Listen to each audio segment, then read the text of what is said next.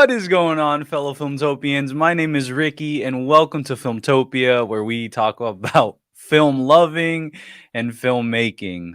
If you are interested in either of those things, then this is the place for you. Today, we have a special episode because we are going to be talking about Loki episode 2, the spoiler edition. Last night's live stream was so epic. It's one of those what do you call it? It's like one of those uh, live streams or moments where you're like, last night was a movie.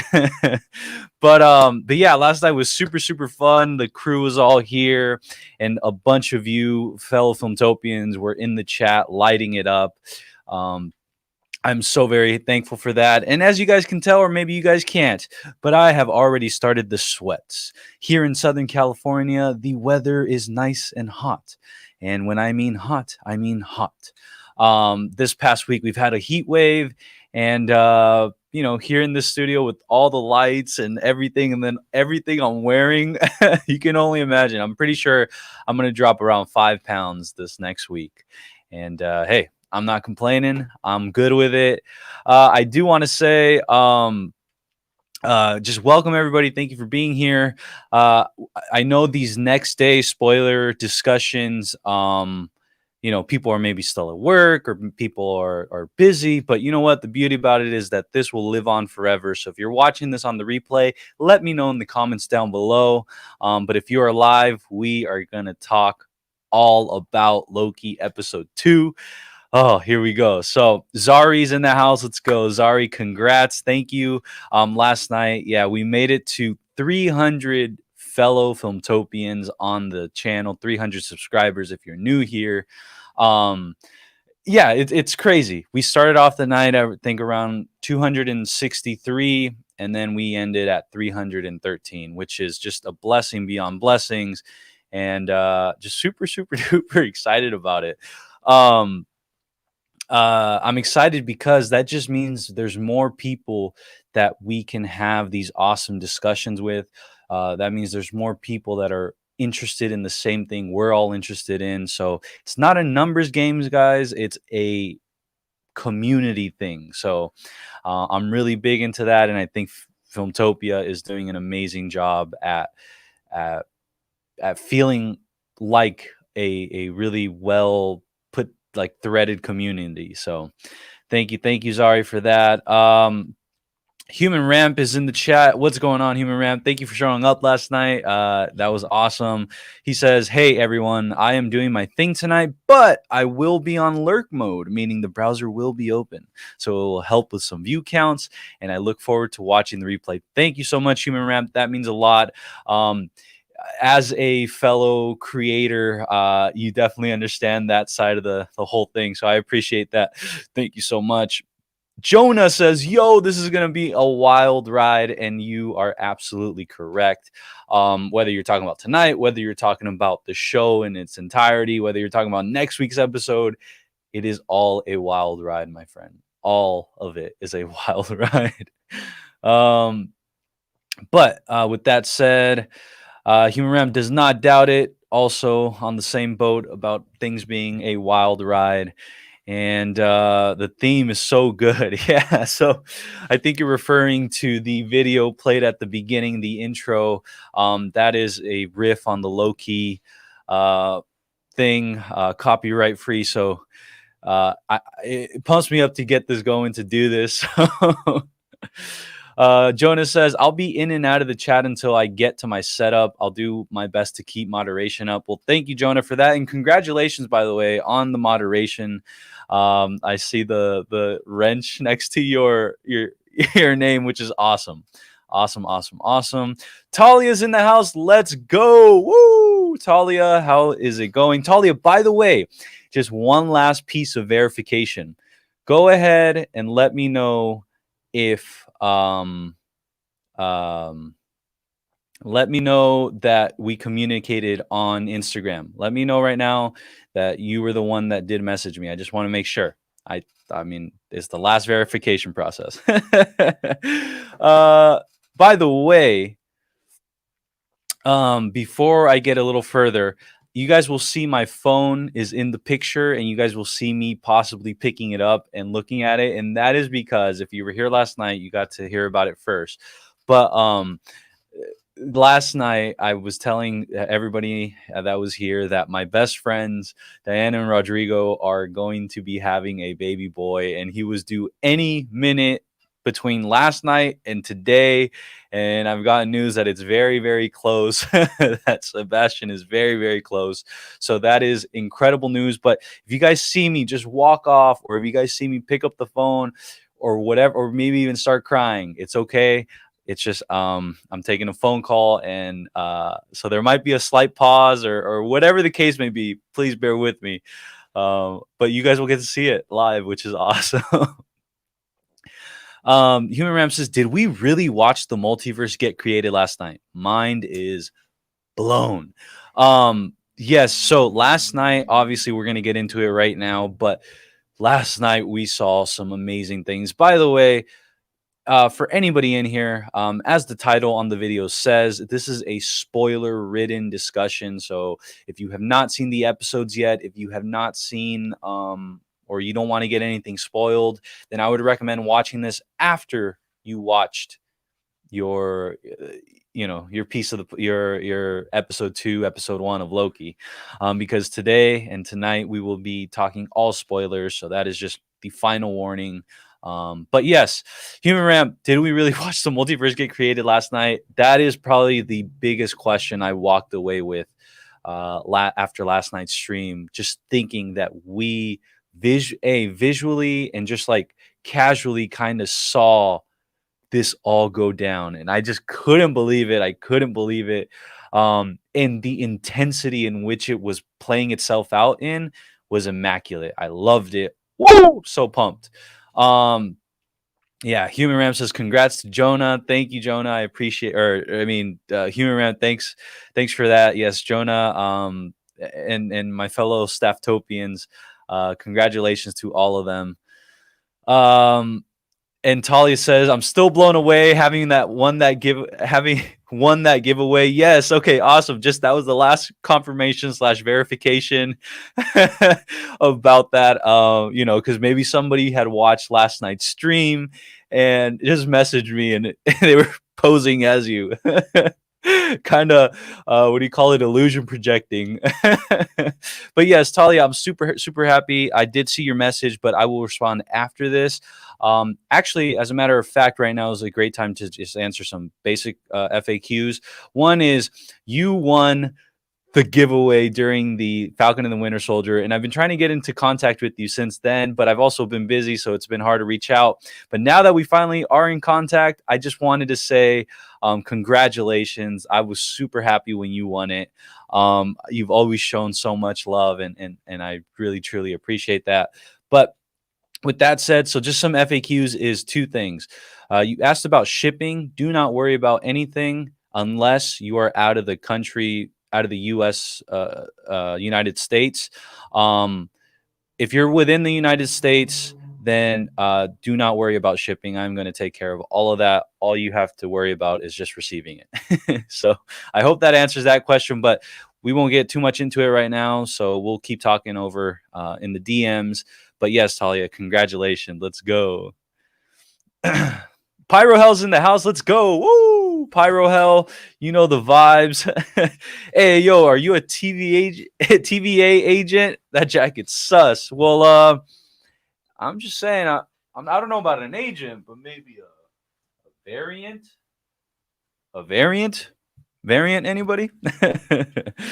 Oh, man. Yeah, there you go. Human says, nah, he's a variant. Even more sus. There you go. Oh, man. Jonah says, woo! Filmtopia giveaways are hype. Yes. So, by the way, everybody that is here, make sure to hit that subscribe button, because the closer that we get to the 1,000 subscriber mark, I'm setting out just a few subscriber counts that are going to be really important to the channel and just to the history of the channel. And so one of them is definitely 1,000. But as we inch closer, things will be given away. But at the 1,000 giveaway number, I promise you we're going to do something insane, like something special, something you guys, it's kind of like how the MCU keeps getting better and better and better and better.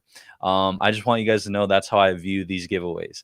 Because I remember being on that side of the chat and being, you know, wanting to be part of the giveaways.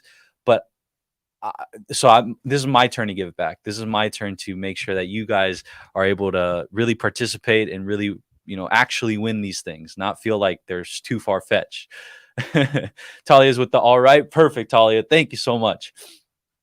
Film Fam Deacon, let's go, is in the house. Film Fam Deacon since the beginning has been here, so thank you for that. Ulysses is in the house. Let's go, baby. My best friend.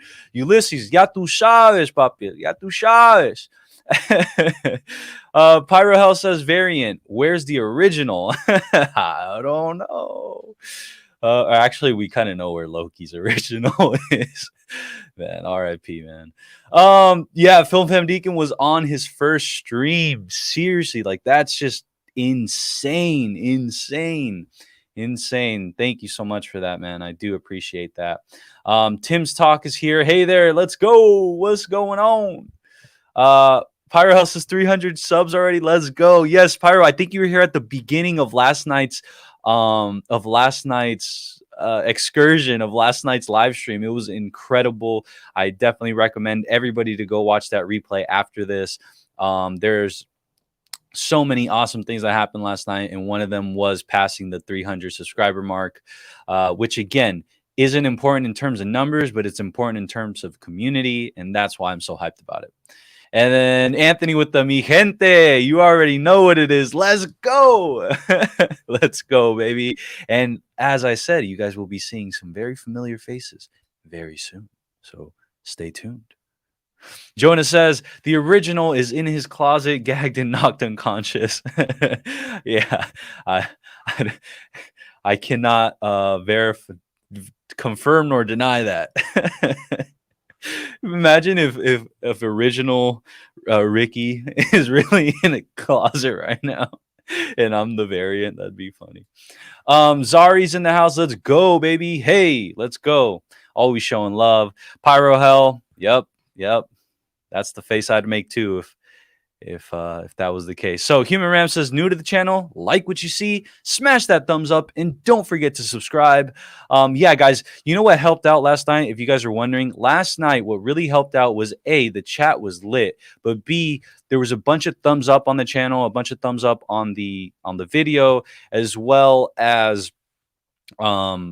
you know, there was a lot of people in here. So to get more people in here, it's all about hitting that thumbs up, subscribing, and making sure you're active in the chat. That's what's just going to get us out to more people. And so yeah. So let us entertain you, and all you got to do is just interact with us. We love it.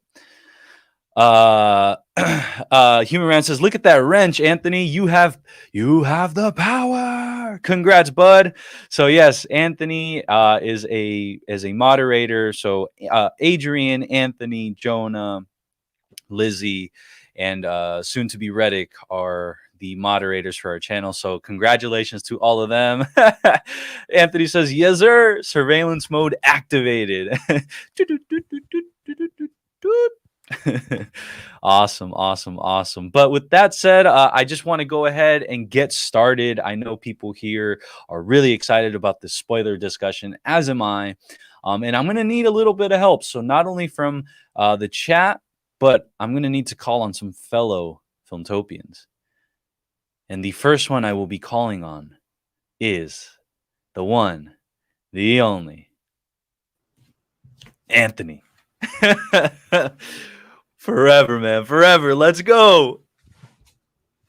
Hey, everyone. Hello. What a night. Let's go. Bananas. Thanks for having me, Rick. My man. Filmtopians. Shout out to the chat. What's up, babies? I see you.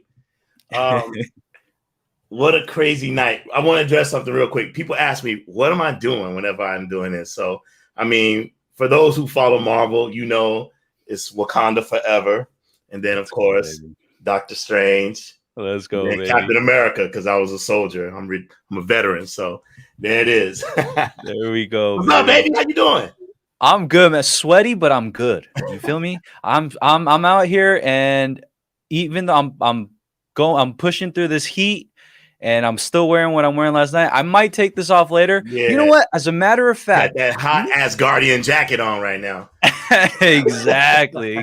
As you guys know, we don't curse here. Instead, we use pop culture references to substitute the bad words. But with that said, I do remember that at the beginning of the show, at the beginning of Loki episode 2, he started off like this, right? He Yeah. started off like this. He was Yeah. on some chair like this, talking to Miss Minutes. Uh-huh. So maybe I think I deserve to be without the jacket for a little. I'll put it on dramatically when it's time. Yeah. Let it breathe. Let it breathe. Yeah, exactly. Human Ram says, have a great stream going into lurk mode now. Thank you, Human Ram, for that. We appreciate that. And obviously, we will be here for the replay as well. So whenever you get the chance, definitely check that out. Pyro Hell says, Ayo, Anthony, looking good. What you think about that? What's up, fam? Got love for you, baby. It's Pyro. It's Pyro Hella. How you doing? It's exactly Pyro Hella or Pyro Mephisto. Oh man, that's awesome. Jonah says, Anthony, where's our get hype intro? So this, this is the vibe, man. On actual show day, Loki day, spoiler review day, the vibe is here, right? And then on the follow up day, on our daily show, I kind of mix it up, but I like to keep it low. I don't have nobody yell at Lizzie's not here yet, so I don't have anybody to scream at. You like to keep it low key. Little low key. I see what you did there. Oh man. Well, first and foremost, everybody, I just want to say thank you for being here. Thank you, Anthony, for being here as well. This is so much more fun doing it with you, with our fellow castmates. It's funny, you start off the stream by yourself, and it's one of those things where when you try it, you can't go back to the other one. It's weird, man. So thank you for being here. We're gonna have an awesome discussion and recap.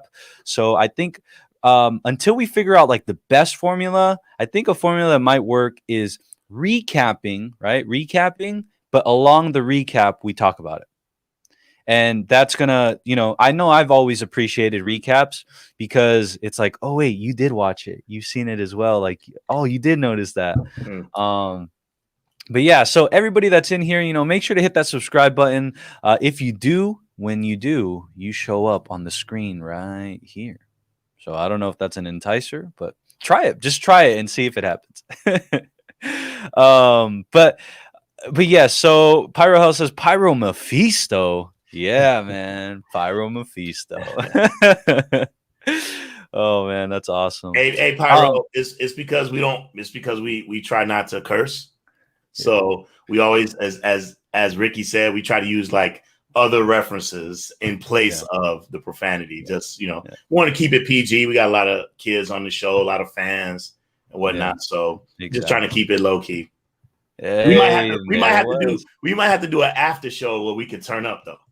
Yeah, like after show after dark or something. Yeah, then Filmtopia after dark. Who else can come off then? I agree. And just so everybody knows, I am not against cursing in real life and personal life. Just for now, for the channel, this is how we're gonna do it. But I also just think it's pretty fun. Like even Pyro Hell, like his name, that could pass. We don't necessarily need to substitute that one, but because Pyro Mephisto is such a that's a cool substitute. Why not? But yes, so shout out to everybody in the chat. Hit that like button, hit that subscribe button. That's how we're gonna get, I guess, into other people's inboxes, feeds, all that good stuff. And as I can tell, you guys are definitely hitting the like button because there's more likes than people in here. So that's always awesome. Yeah. Jonah says, as my great role model once said, language. And if you guys want to know who the role model is, unfortunately, I don't think she's going to be able to make it tonight, or maybe not anytime early. But that idol or that role model is Lizzie, the one and only Lizzie. Actually, I thought you were going with Captain America. I didn't even know that. Wait, you know what's funny? That's probably it. No, that's actually it. Just the more immediate one is I heard Lizzie when I read oh, okay. So shout out Lizzie if you're watching. Shout out to you. But yes, it's definitely Captain America because that's his great role model. Right. Anyways, with that said, let's go ahead and get into it. I know Jonah said he'll be here soon, whenever he gets the chance. So, but until then, he can obviously jump in whenever that is. Noel's in the house. Noel, what's going on? Let's go, baby. The first giveaway winner of all time. Noel says, what's up, everyone? I missed last night, but congrats on the 300 subs. I remember that I was either the 19th or 20th sub. Holy cannoli. I love bringing up these comments because this is now cemented into video forever. Yes, sir. You know what I mean? Like to know you were one of the first top 20 is just mind blowing. And Noah, and I'm telling you, not just because you say it, but I believe it because I remember it.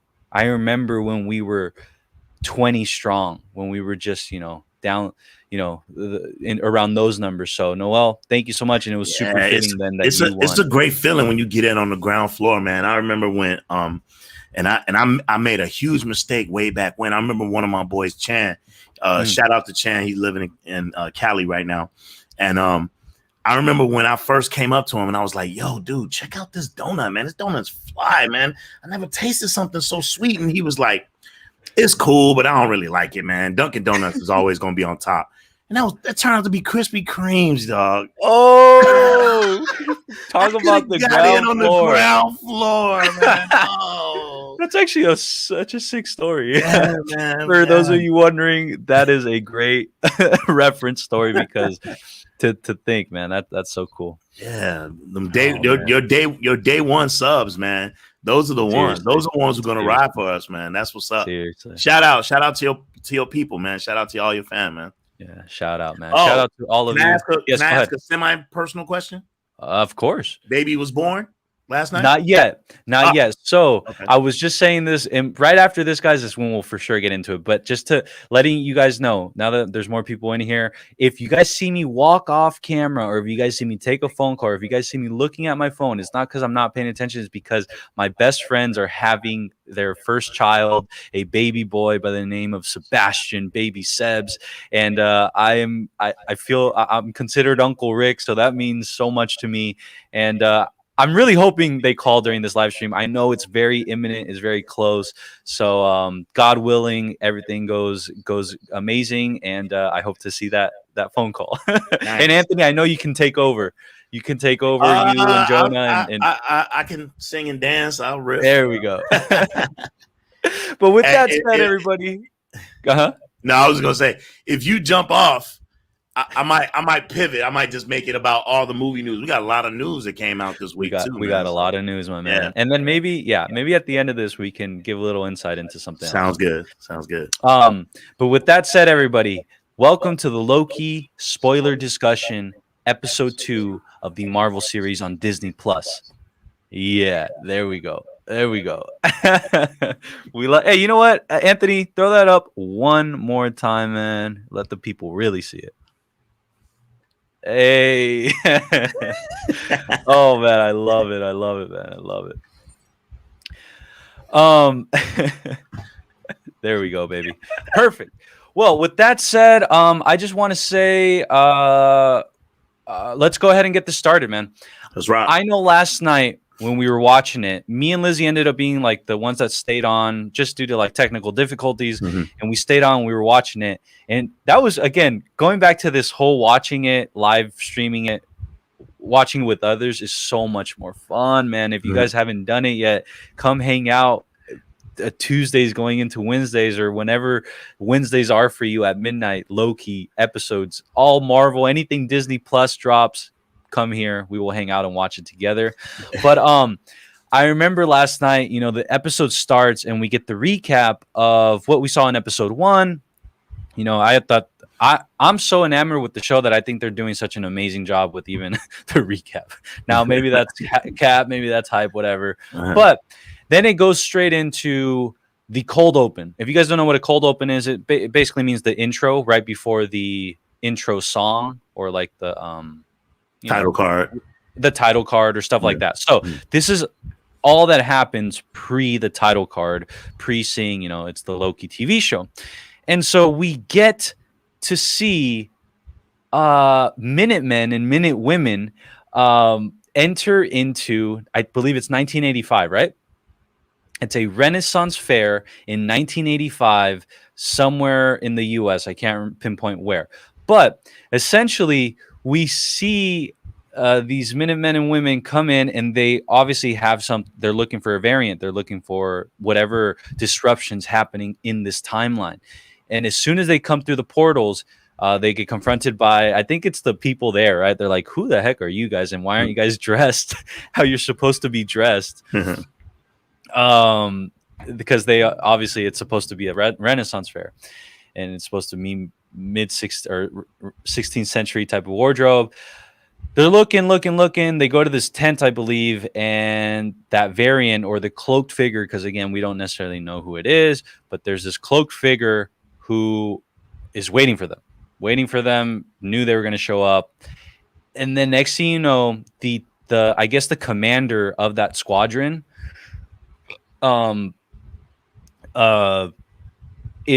all kind of separate throughout the room, and next thing you know, you see that commander, the eyes of that commander turn green. And when you see the eyes turn green, obviously it lets the audience know, it's letting us know that something just took over that person. Well, she got touched on the neck. She got touched on the neck, right? Right, So right. someone with a black glove reaches over, touches her on the neck, and you automatically see her eyes turn green. And then in a bit, we'll explain what exactly that was. But essentially, that person with the black glove that touched her used the commander as a host. And overtook the body. Next thing you know, this is easily my favorite part, was when next thing you know, like when they entered the tent, by the way, you start hearing like this announcer. There's this announcer saying stuff about something, but then it turns into the song "I Need a Hero." I don't know if that's necessarily the actual title, but you just hear like, "I need a hero."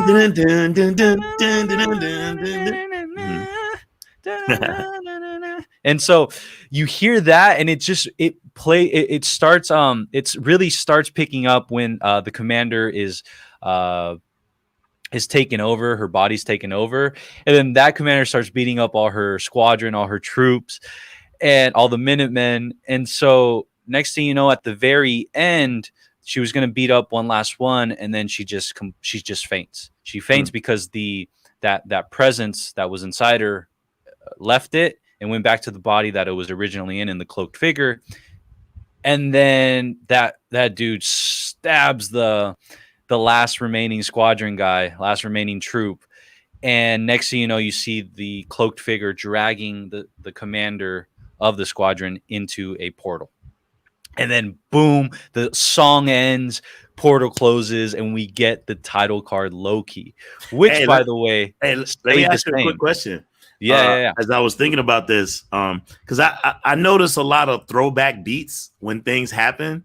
So last week we got the Loki in the sand, a la Iron Man first one, and then we get this stab in the back vibe that reminds me of what happened to Coulson. Or am I missing? Or did it come off that way?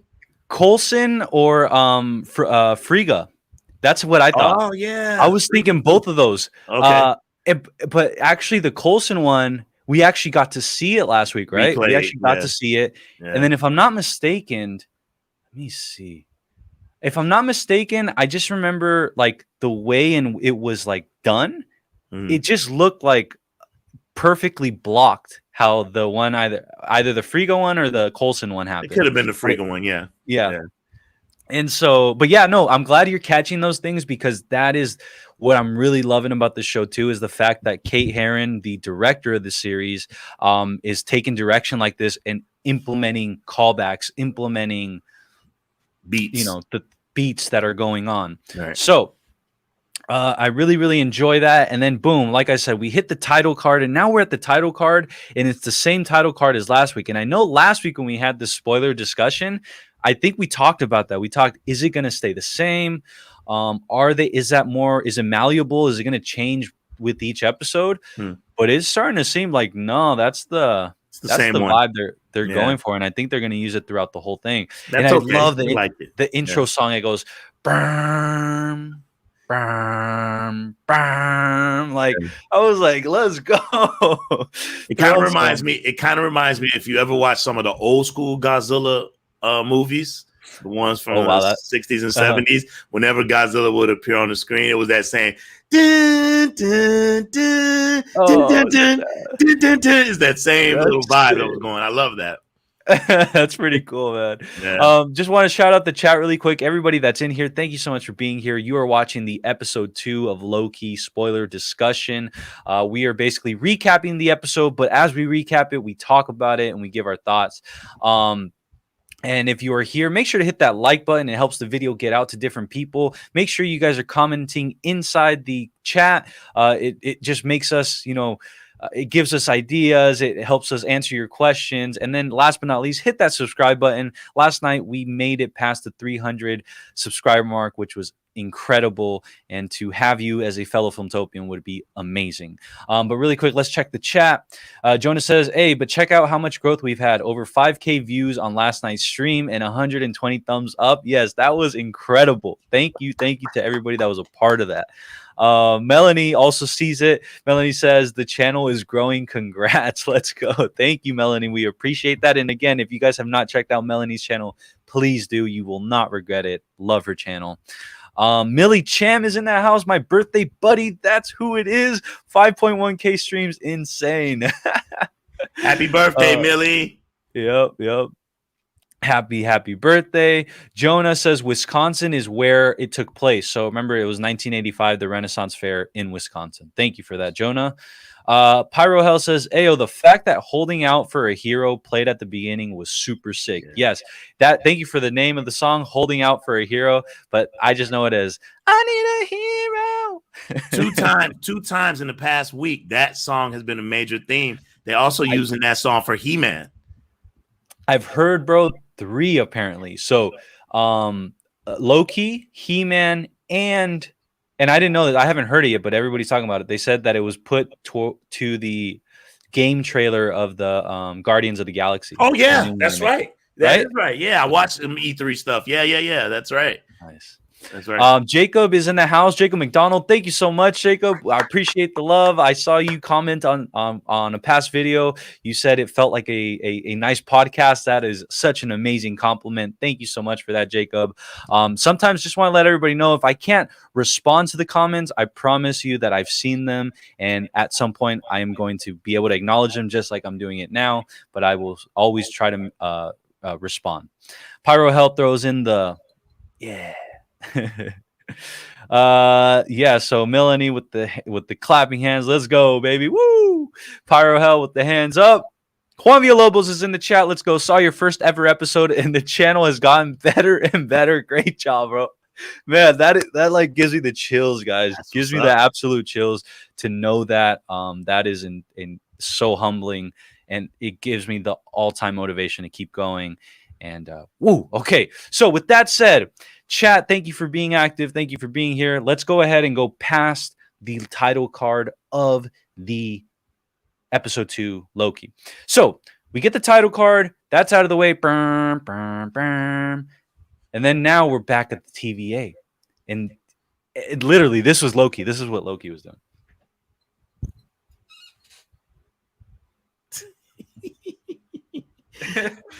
Dude, so and then what sucks is now I'm gonna have to put the jacket back on because this is the part where he puts it on. But we see Loki at this desk. He is kind of going through like a training video that Mobius or just the TVA forced him to do if he's gonna work with them. And the question Miss Minutes, because Miss Minutes is on the chair or on the desk. Again, we didn't even get a clear answer, but is she a projection? Is she a recording? Is she a like real? All these things, and her answer was both. But yeah, Miss Minutes is on the table questioning him / like trying to basically quizzing him, testing him on the stuff they're learning. And if I'm not mistaken, the question was, while you looking that up, what was crazy is that was a theme for the first 10 minutes. Everybody was throwing questions at Loki, trying to make sure that he was on point and that he knew what he needed to know. And they were giving him a quick quiz, ask him about the time charges and That's I love what that. the question. Yes. So you know what I love, guys, is that Marvel is in a way holding our hands per se, but they're also like letting us go and letting us fly at the same time.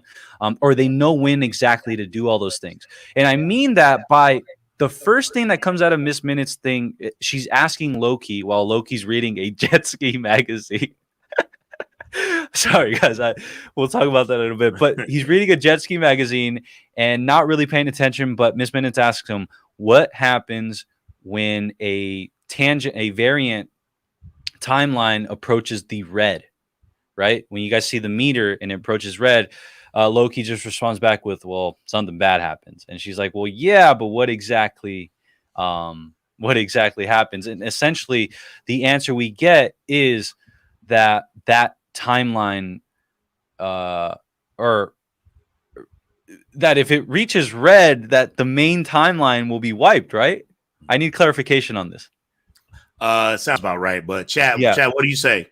Yeah, chat, what do you guys think on that? I just need a quick clarification on that because that's one thing when Jonah gets here. Watch, I'm watching it right now, guys. Watching it right now.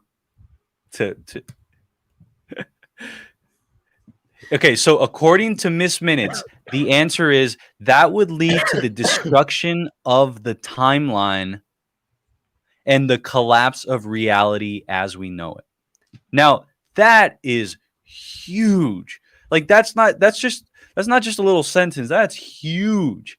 So as you guys see during, the episodes, you guys always see the little pedometer thing that they use to like gauge the variant timelines. When it's approaching the red, apparently if it passes that red, really, really bad things and the collapse of reality as we know it would happen. But with that said, that's when we get Mobius coming in and he asks Loki, "Why are you reading my jet ski magazines? Put them back." And that's when finally, and I guess I'm going to have to do it, but Loki is gifted. Loki is gifted a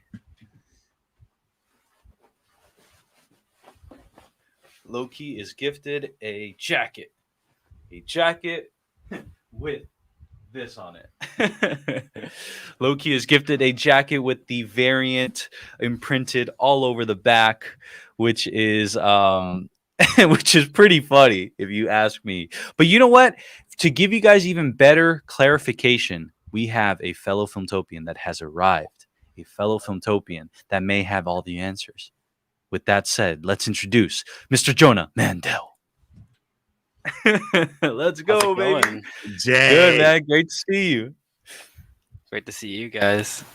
I kind of missed what was just happening, but well, you know what? You literally, dude, you jumped in at like the most perfect time. So we are right now talking about when Miss Minutes is asking Loki what happens when one of the variant timelines approaches the red, or not approaches the red, passes the red line on that pedometer thing they use, right?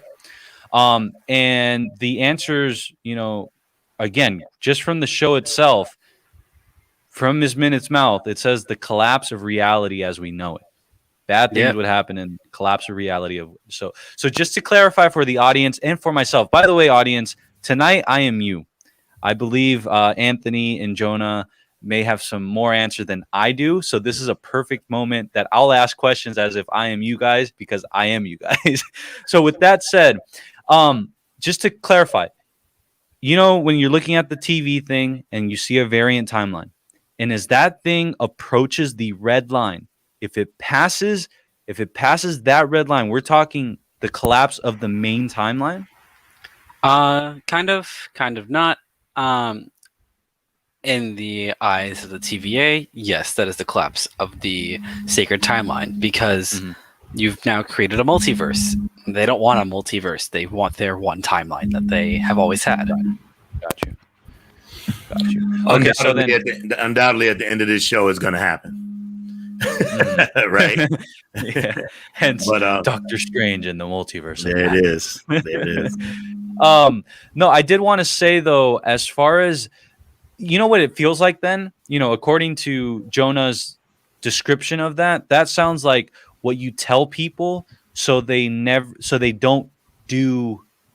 For example, if you guys have seen the SpongeBob episode of where he's not supposed to get paint on anywhere except the walls, and if not, Mr. Krabs will cut off their butts.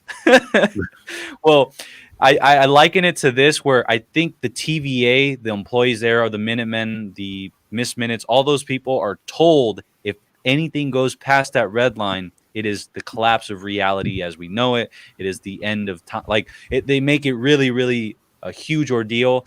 But in reality, what you're saying, Jonah, is that it's not necessarily like the timeline would cease to exist. It's just now there's more work for the TVA to do, kind of. Actually, well, it's not even more work for them. It's work that they can't do. Yes. Once it passes that red line, that timeline is created, and they can't prune it because it's past the point of where they can prune it. Like exactly how with like if the Infinity Stones had stayed out of the time zones that they were taken from for long enough time, then those timelines would, like, let's say the Avengers failed, right? All those would have created alternate timelines, and those would have been too far off of the sacred timeline for the TVA to prune. And let me pull something up for the audience. When we're talking about pruning, this is what we mean. So if you guys look to right here. Okay, so that is technically the sacred timeline, the white, what you guys see right there, right? The middle thing. And so what Jonah means by pruning is what the TVA essentially does is all those yellow lines that seem to be going outwards and towards the red, that's what it is that they're pruning. That's what it is that they are cutting off, because they are trying to keep the sanctity of the sacred timeline. They're trying to keep it as one cohesive, thing. So quick visual for everybody. I think, this definitely helps me. I'm a visual person. But yeah, so with that said, anybody in here, definitely welcome to Filmtopia. My name is Ricky. This is Anthony and Jonah. We are Filmtopia. And if you like movies, or if you like knowing how to make movies, this is the place for you. Consider hitting that subscribe button. Thank you so much. And that like button.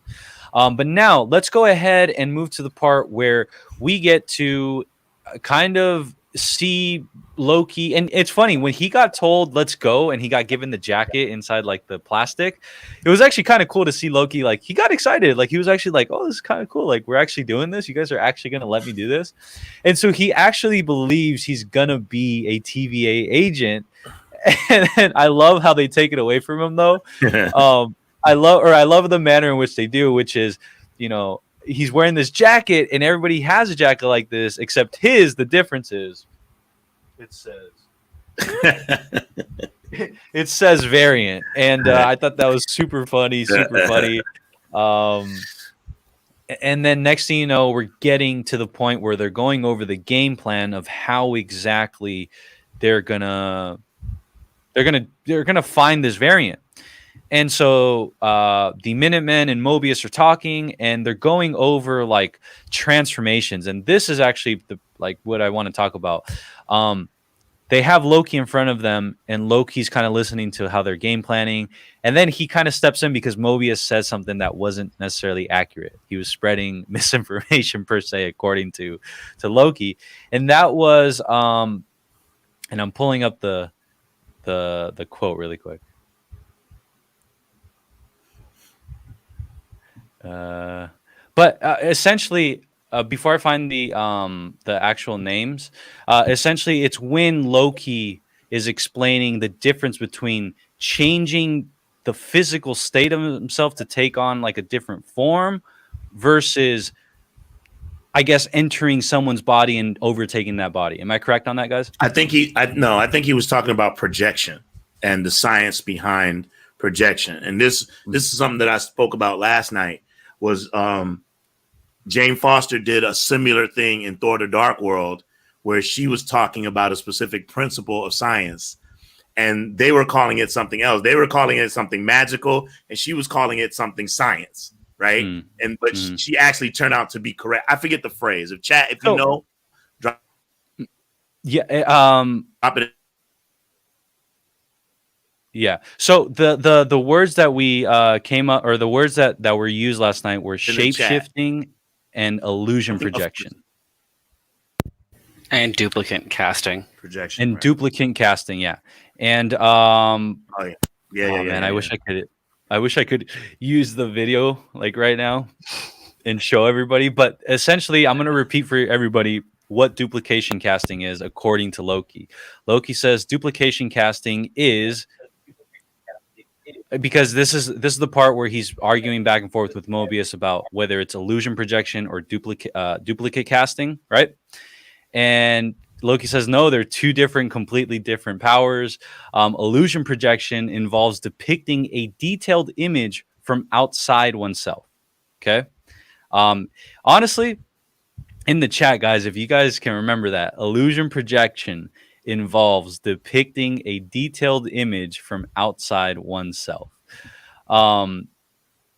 And which is perceptible in the external world.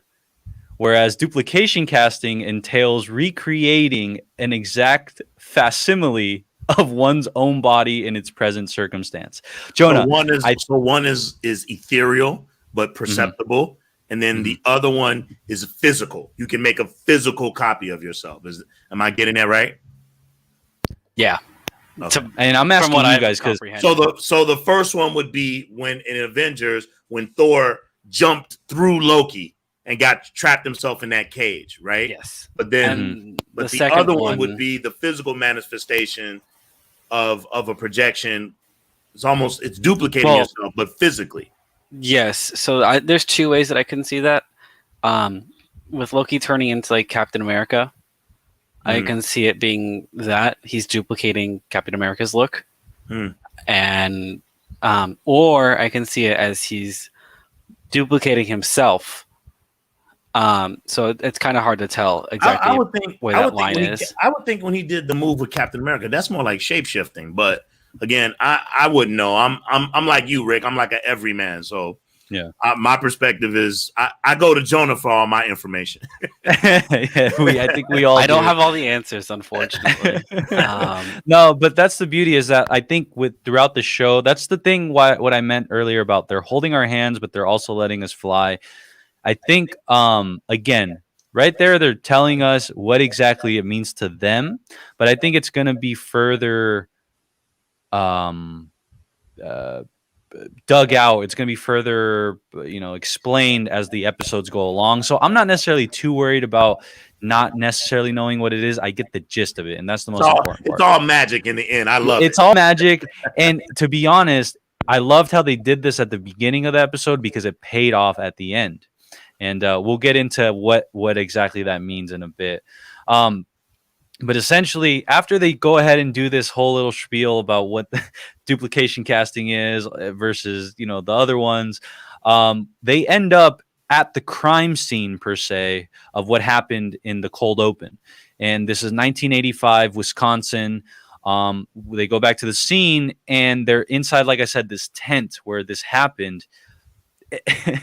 And Loki got me. I'm not gonna lie, man. Loki got me. I believed him again and again and again. It keeps happening to me. I'm not even sorry, because too damn good, man. Too dang good. So, obviously they're kind of going through what happened within the tent. They're trying to figure it all out. And it seems as if Loki has the answers. Loki is figuring it out. He's being very methodical. He's being very analytical, figuring out what happened. He's telling them that if outside, if they step outside the tent, they are going to die. And I'm telling you, I thought to myself, I'm like, well, man, like, Loki I think he seems like a stand-up guy now, or he seems like he's improving himself. But nope. He was doing it in a very selfish manner. He wanted assurances that he wouldn't he wouldn't die, that they wouldn't just dispense of him, that they wouldn't dispose of him as soon as they got what they needed, which is that variant and all the chaos that's going on, that's ensuing in all these timelines. So with that said, on top of that, this is also 2012 Loki. He wants to see what he can get away with, and try and force as much power and as much control over the situation he can. He's going to do his best to be like trying to control how the TVA is responding to him. He's trying to like see if he can control them to believing this lie that he's putting out there by spewing out all these random things that could happen and stuff. And then Mobius is like, well, my ears are sharp too. Good old Mobius, the yin to his yang. I love their dynamic. Their dynamic just continues to amaze me, because whether it's Owen Wilson and Tom Hiddleston or Mobius and Loki, just like their chemistry is off the charts, guys. Huge shout out to Owen Wilson for coming back to acting in this role. So hyped for that. But really quick, I want to hit up the chat really quick. I want to shout out Jedi Bill. He is here again. Thank you again. Hello. We saw him last night. Jacob McDonald is also here. What happens if Loki were to take people that would have died, builds an army? Hey, anything can happen. And guys, I don't have my air horn, but Tom Buck and Heather Just Create are currently in the chat. These are my new friends that we've made over the past few months. They have amazing YouTube channels. I'm super stoked that they are here. Tom Buck says, we just finished the episode and love your jacket, Ricky. Well, thank you so much. Heather Just Create, aka Heather Ramirez, is also here. We just finished the episode. If you guys don't know, they are married.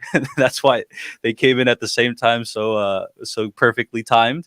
And she says, so far, I'm loving the show. I am so happy to hear that, because that's the thing, guys. Everybody that's here right now, enjoy the moment that is Loki, because Loki's one of those rarities where we get to see the whole fandom really unite, because we're all in love with this show. Like it's so beautiful. I'm talking from set design to world building to atmosphere creation to lighting, just acting. It's just top to bottom the best show, in my opinion, that Disney Plus has put out. I'm very, very happy with it, and I'm just extra happy that Heather and Tom and the entire Filmtopian community is also feeling that way. Heather says, love your TVA get up. Thank you so much. Might as well just show it off really quick, show it off for a little. This is my TVA get up, and as you guys can see, I'm a variant. So cosplay king. So who knows? Maybe I'm not even the real Ricky. Maybe I'm variant Ricky. Maybe this is variant Filmtopia. We'll never know. Variantopia. Variantopia. Variantopia. Oh man. But yeah, so with that said, just want to check this out really quick. Ulysses asks, when he uses a pen, what does the pen say? What is the importance of that? That's a great question that we'll get into in a bit. As we recap, we'll get to that part. Millie Cham says, a different analysis levy, a pen in the office. It said Franklin Delano Roosevelt High School. Okay, perfect. So we'll come back to that, and we'll answer that. But with that said, deep cuts. What? Deep cuts, right? Deep cuts. So now we are at the point of the episode where we get, I guess they reset that timeline, the 1985 one, and we go back with Mobius to, can you guys please say her name again, the judge's name? Ravonna Renslayer. Ravonna Renslayer. And quick backstory. Do you guys have backstory on her? I looked her up. What I saw was that she's Kang's partner. She's Kang's wife. So Kang the Conqueror, who's going to appear in Ant-Man. Quantumania, baby. Quantumania. Somewhere in this show, I believe something's going to happen to her, because in this scene, when they're talking, apparently it looks like Mobius and Ravonna have a history. Maybe they dated once before. And so he's like, I used to be your favorite. I used to be your favorite. What is it? Analyst? What's the term?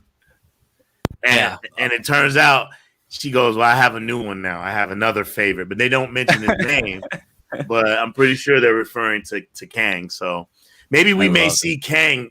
Maybe we may see Kang at some point in this show. That's all I want. I think that's the highest of possibilities for the show.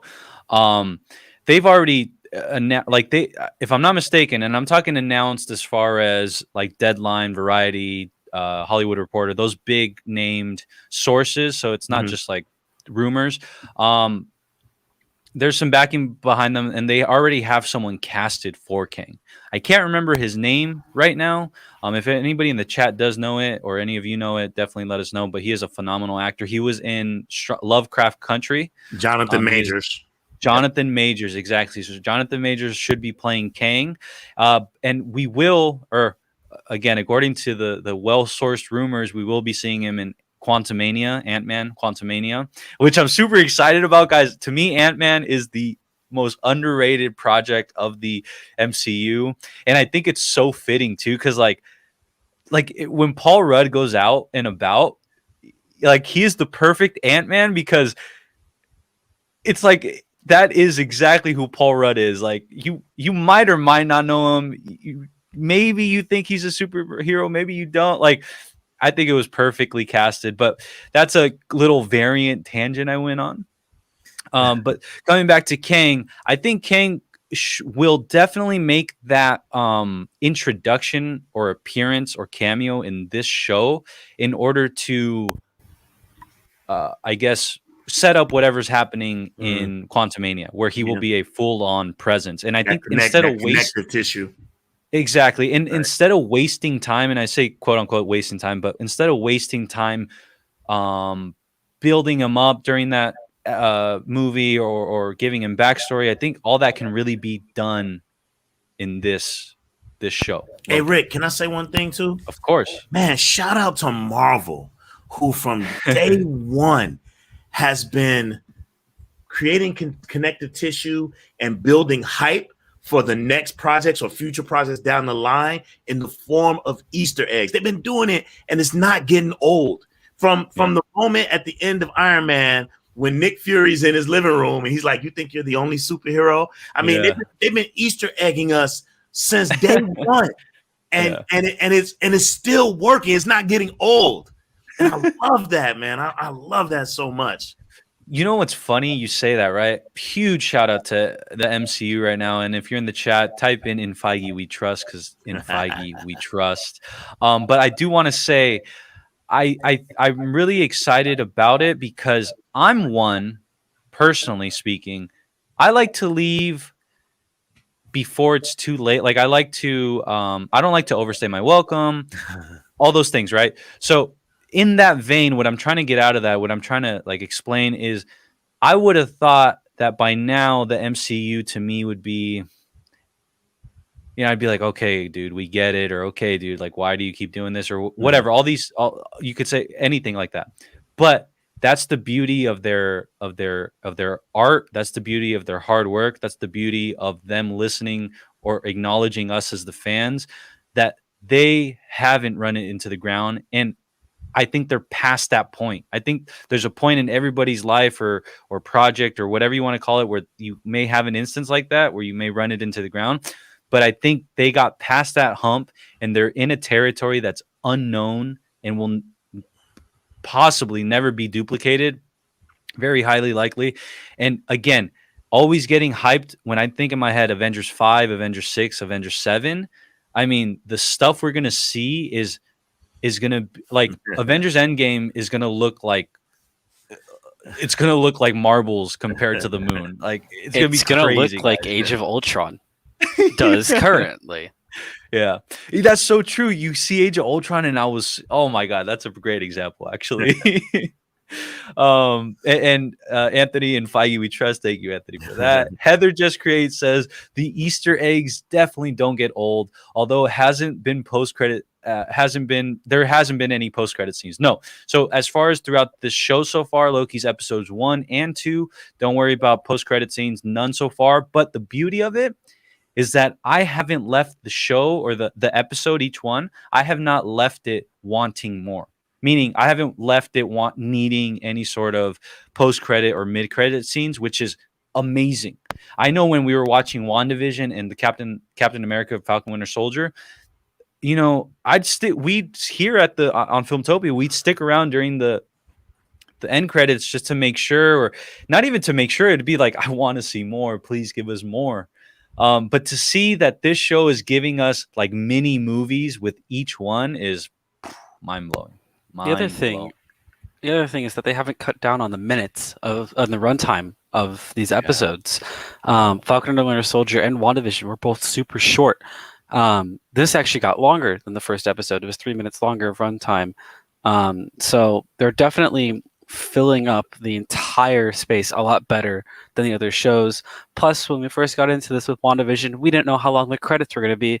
So we were like, there has to be a post-credit scene. There has to be a post-credit scene. There has to be a post-credit scene.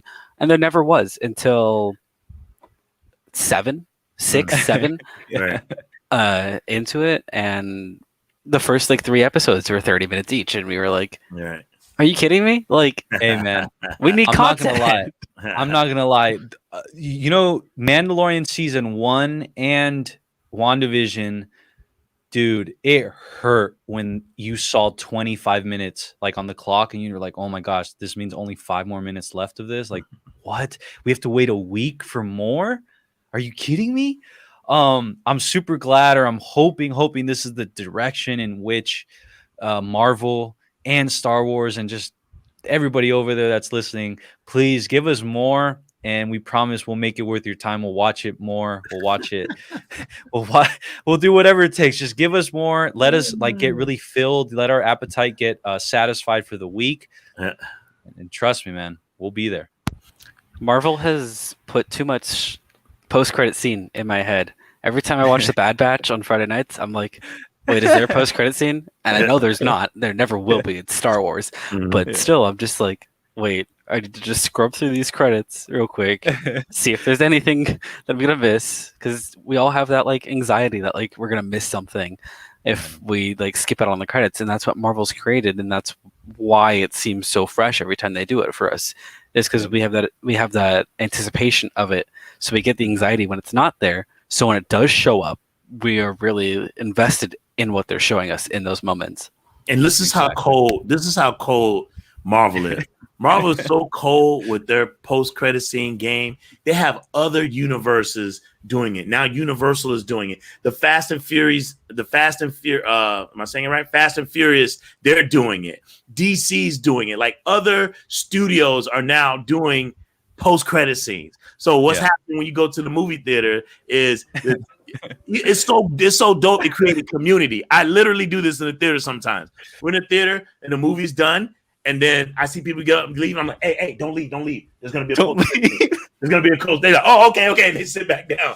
And I love that, man. It's like we've literally created this dope vibe, and people are like, hey, do you know if there's gonna be a post-credit scene? Oh yeah, I looked it up on the internet. They say yeah. Okay, that's me. And so you got like, while all those credits are rolling and you're waiting for the post-credit scene, you're like talking to each other. Hey man, did you see that was dope, man? Spider-Man, whoa, that was dope. So I love that, man. That's just fire, bro. I love it. So fire, man. That's why I'm telling you, everybody, enjoy the moment you're living in. Enjoy the era we're living in. This Marvel phenomenon that is happening is one of a kind. Enjoy it. Every episode that comes out, come hang out at Filmtopia with us. And trust me, you'll have somebody be like, you see that? Did you see that? But yeah, so stoked on that. Can't wait to get back into the movie theater, bro. Oh my gosh, dude. Black Widow is going to be so fun to watch in person. I am so excited. And now that I'm vaxxed up, it's party, baby. Let's go. Exactly. And so with that said, let's hit the comments really quick. Jacob McDonald says Scarlet Witch might smack Loki, or no, not might, is gonna smack Loki. Yeah. Guys, I forget that like we're gonna see all this culminate. I'm pretty sure we're gonna see Loki and they haven't and even Wanda met yet. or Scarlet. They've Yeah, never come across each other yet. They haven't been in a movie together. So that's gonna be dope. I think Doctor Strange has only met Loki briefly once. Right? He kept him in a portal for 30 minutes. Right. Falling. I've been falling for 30 minutes. Yeah. He called him a second rate. I think he called him a second rate magician or something like that. Oh god, So you can handle me, you second rate magician. He pulled out his 2 knives, and Doctor Strange was like, okay, bye. I don't know if you guys are SpongeBob fans, but dude, that scene that Loki scene where he's falling for 30 minutes, it reminds me all the time of when Squidward also went down like some portal thing and he was falling for like 20 minutes. It's too funny. You guys got to see it. But that's the thing here at Filmtopia, man. We talk about it all. Heather's in the chat saying, I always think that too. I look at how much time is left and it just breaks my heart that I gotta wait another week. Absolutely, Heather. That is exactly how to put it. But I'm really, really glad right now Loki is not doing that to me. Loki's faithful, even though Loki isn't faithful, but the show's faithful. Loki's nice to me. Loki He's faithful loves to me. himself. No, I'm talking about the show, not Loki. I'm talking about the show Loki, not Loki. But yeah, so Jacob says literally when Wanda's kids went missing, that's the end of the episode. Yeah, I remember that. Let's see. Jedi Bill says, hey Ricky, it looks like you can use a desk fan. Yes, thank you for noticing that, because if you guys see me doing this, I don't think it comes off on screen for you guys, but just so you guys know that I'm not crazy. Each time I do this, it's because droplets of water run down my forehead, and yeah, I'm super sweaty. But is that John Lennon? Is that one of the Beatles? Whose voice are you doing? I'm sorry, mate. I don't know who I do. Honestly, I just talk, and then I just let it come out. So yeah. But yeah, just so you guys don't think I'm crazy, I'm just sweating my butt off, but I'm doing this for y'all. I'm doing this for Filmtopia and for the love of movies. I would wear this time and time again for all of you. But he also asked, do you have any way you can revive super chats? If not, then Stream Elements or Streamlabs you set up with PayPal. So thank you for bringing that up. Actually, currently, as a channel that is under 1,000 subscribers and under 4,000 watch hours, something Heather is a genius at. So make sure to check her channel out. But I do want to say, because we're under those marks right now and we're still building the community, we are not allowed super chats per se through the YouTube thing. So the other way you guys can, I guess, support the channel, or if you guys have questions that you need answered that you want to make sure I don't miss, the streamlabs.com/Filmtopia. There's a link down below, and buymeacoffee.com/Filmtopia down below. But with that said, I'm not asking anybody to necessarily use those, but if you would like, they are there. I do hope one day we have super chats, so it's all integrated here on YouTube. But after that long variant timeline, I just want to say too, we love you guys irregardless. This is family, man. We're loving what we're doing. We're loving chatting with you, even with the few people watching right now. This lives forever, and we love you guys for riding with us right now. We just after show vibing. So let's get it. Exactly. Post day, spoiler discussion, and here with fellow Filmtopians, which is amazing, guys. Always blows my mind. I don't think I'll ever get over that. But really quick, let's go ahead and get back to the recap. So the recap is we are now at the point where Loki basically lied to them, and they had to reset that timeline before they got any real answers. Now they're back at the TVA, and when they're back at the TVA, they are kind of arguing back and forth, like, dude, why'd you do that? Like, come on, man, blah, blah, blah, all these things. Then Mobius puts them to work. Mobius puts them to start sifting through these files, these papers, and Loki, being Loki, glances at them, says this stuff is boring because there's a bigger purpose on his mind. Ever since he found out how powerful the TVA is, how powerful the timekeepers truly are, that's where his head is at this entire time.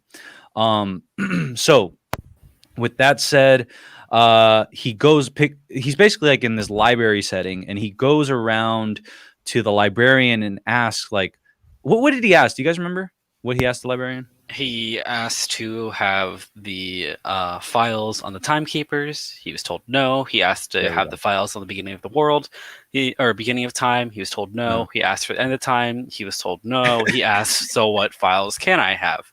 And she dumped the variant files in his hands. Yeah. Also, going back, we always are focusing on the middle timekeeper, no matter what it is. The camera is always focused on the middle one. Like when we go into the office right away after that circus scene, it's the middle timekeeper, who I believe is King. It looks a lot like Jonathan Majors. And why else would they be focusing on I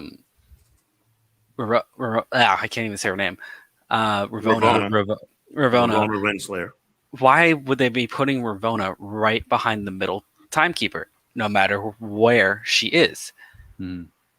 And in the judge's room, basically in her lips, or in the timekeeper's lips.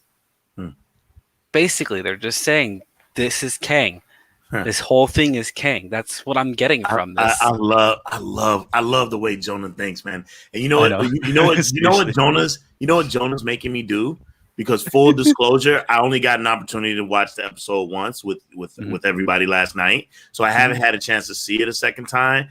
But I definitely am going to be looking for these beats after this stream. I'm going to get on and watch it again. And I'm going to be looking for that stuff. I love that you pointed that out to me, bro. I really think that Kang is our Wizard of Oz of the TVA. Oh.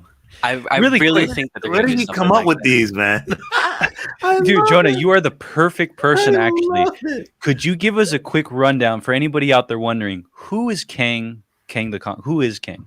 Kang, oh my gosh. Kang is my favorite villain in all of Marvel history. Isn't he a descendant of Reed Richards? He's a descendant of... It changes between Reed Richards and Tony Stark, depending on the iteration. Okay. But he's a descendant of one of them. In the 30th century, he conquers Earth, and essentially that's not enough for him.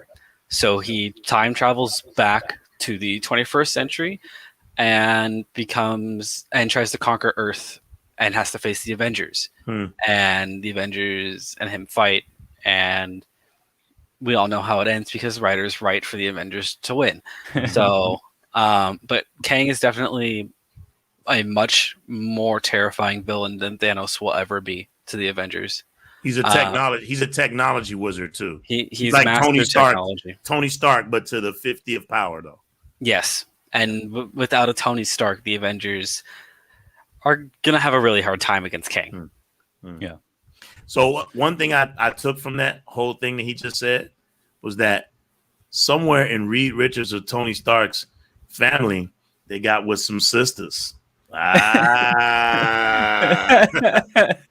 Kang looks like a brother to me. There's some explanation to be done. There needs some explaining to do. Really quick, let me pull up photos of just a quick. Let me see. These are like photos of what Kang the Conqueror looks like in, I guess, across Google Images. And let me show you the actor that they have chosen. Oh, yeah, I know this guy from HBO, from Lovecraft. Yeah. So, this is what we're referencing. This is what we're talking about. Yeah, and I think that's a great casting. He's a phenomenal actor. But just seeing Kang like moviefied, like brought to the screen is just like, I can't believe it. I don't get it, dude. Marvel Like, doesn't miss, bro. They don't. I said it last night. They don't miss with their casting. They hit. Even when I had doubts, like I was like, I don't like this actress who played Captain Marvel. And then I saw Captain Marvel. I was like, I love it. They always hit spot on, bro. Always. Like that meme says, they don't miss. They don't miss. Love it. Really quick, let's hit the chat up. It says his name is Nathaniel Richards. Nathaniel Richards. You Yeah, see we'll that? definitely need. It says I figured it out, by the way. Majors. I figured it out. Go ahead. Howard Stark's sister married Nathaniel Richards, who's Reed Richards' father. And then from there, through timeline, Kang. So just like most of us, we all came from somewhere else. In other words, I got you. Nice. Really quick, let's check this out. It says Loki. By the way, this is from Tate Wakey 2000. Loki was so happy about using his powers to suck the item to his hand. Totally think Loki sucked the unfinished modified time door device into his hand when nobody was looking. Here, can you guys, or Jonah, I think you picked up a little bit more than I did. Loki was so happy about using his powers. I don't know. He's talking about. I think it was during a battle. I think when battling the big burly guy, I think he used his powers to kind of bring an object to his hand. I don't know if that's what he's referring to. I think that's what he's. That's what he's talking about. Yeah, when I was like, what the modified time door device is. Yeah, definitely. But I do remember the because I said it during the stream last time. I'm like, oh, he used the Force. Yeah, it looked like he used the Force. Shout out to the Force. Telekinesis. Heather says that's interesting. She also said it looked like a Roomba to me. Oh, the Roomba. Oh, the little round thing. Yeah. According to Lizzie, there we go. The Roomba. Awesome. Well, really, one thing we maybe overglanced was right after Loki gets the new files, right, the variant files of himself from the librarian. He goes back to the desk, and I thought this was beautiful filmmaking. I thought this was beautiful storytelling. How at the drop of a pin, how at the just within a second, like they tugged on some emotional strings, because he starts going through the packets, through the files, and he's reading what's supposed to happen, like everything we've seen so far. So we already know this happened. So Asgard destroyed, population decimated, all these things. And so he got notified about his mother dying or being killed in episode 1. And they were still able to tug on these heartstrings over here on episode 2 with that one scene. It was literally like less than a minute, you guys, less than a minute. And seeing the camera go up to the eyes of Loki while he's reading that Asgard was decimated. One question, though, I did have, which was, did I read it right where it said there were no survivors last night?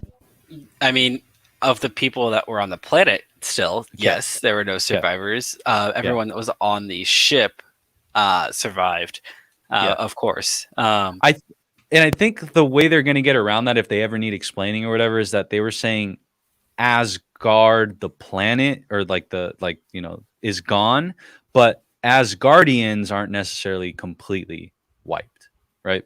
Is that fair to say? So I just remember last night, though, when I was watching that and the close-up. And here's one other thing, guys. Marvel has a signature shot. Do you guys know its signature shot, or at least one of its signature shots? No? The eyes.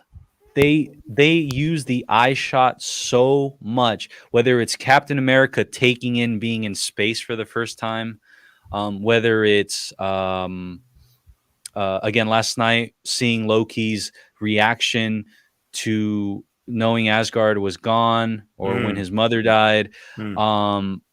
WandaVision when she saw the Scarlet Witch for the first time. Marvel absolutely loves. If you guys haven't seen it yet, I mean, to me, it's their most signature shot. It is the shot of a super close up shot, and it's of like their eyes. You have a filmmaker's eye. I wouldn't. I'm more of a fan. I wouldn't have caught that unless it's one of those in your face type things like a lens flare or I forget what that's called. What Spike Lee doing in all his movies where his characters are still, but the background is moving. You ever see those shots? Yeah. He does. It has to be something that's very poignant, if you know what I'm saying. So now you got me wanting to pull out all my Marvel movies, dig in the crates, and start looking for those spots because I didn't catch it. You know what? And the beauty of the internet right now is I'm gonna pull it up. Pull some up for you guys. Let's go. I've never seen this, so check this out. So this is last night, right? This is Loki last night, and this is where he's obviously reading Asgard is gone, destroyed, decimated. But let me show you guys some more. And by the way, before I show you guys, if anybody here has seen my short film, it's on my channel. It's called This Is 4D. Watch the video, and you guys will see a huge reference to that. A huge reference to that. But check this out, guys. So everybody in the chat, thank you for being here. We are taking a quick variant timeline, and look at this, guys. So we've got Chris Evans when he this is in Avengers Endgame when he's in space for the first time. So we get this shot. But again, maybe it is like a filmmaker thing, but this shot of Tony Stark right here. Let's see. The WandaVision one, that was actually the one that was super influential for my shot in my short film. If I can bring it up. Oh, well, the here's another one. Definitely. But this is actually not even the one I referenced. The one I referenced is this one right here. You guys remember when she saw the Scarlet Witch for the first time? Yeah. This is what I mean. So these shots right here are Marvel classics, Marvel signatures. I love it. It gives so much emotional weight to I wonder if that's a mandate. Like now I'm gonna look through Black Panther and see if we got one, if we get one of those. Is that or a Thor movie? Is that a mandate? Yeah. Is that something, hey, you got to stick this in? I was watching an older MCU movie, like Phase 1, Phase 2, the other day. I don't remember which one, but I remember being like, oh, another eye shot. So definitely we're going to have to go through the thing and see this. And you know what's funny? I don't think this is the last one, guys. This is not the last eye shot. We're going to get something else in this series. But yeah, so that is a perfect example of the emotional weight that was given with just using the eyes of Loki. Very, very powerful. And then we get to the part where, because here's the thing about Loki that we know. Loki is what do you call it? Loki, Jonah will be right back, everybody, in case you're wondering. Loki is someone who is,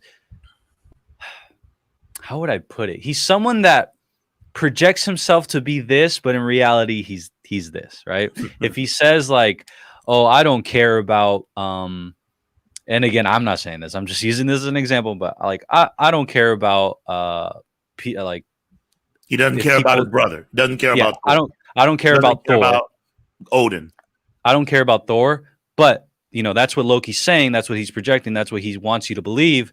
But in reality, he loves that man. He cares about people more than he makes it seem. You can love and hate your brother at the same time. You can love your brother because he's your brother and you have a shared lineage and upbringing. But you can also hate your brother and be jealous because you feel like he's being favored more than you by your parents. Yeah.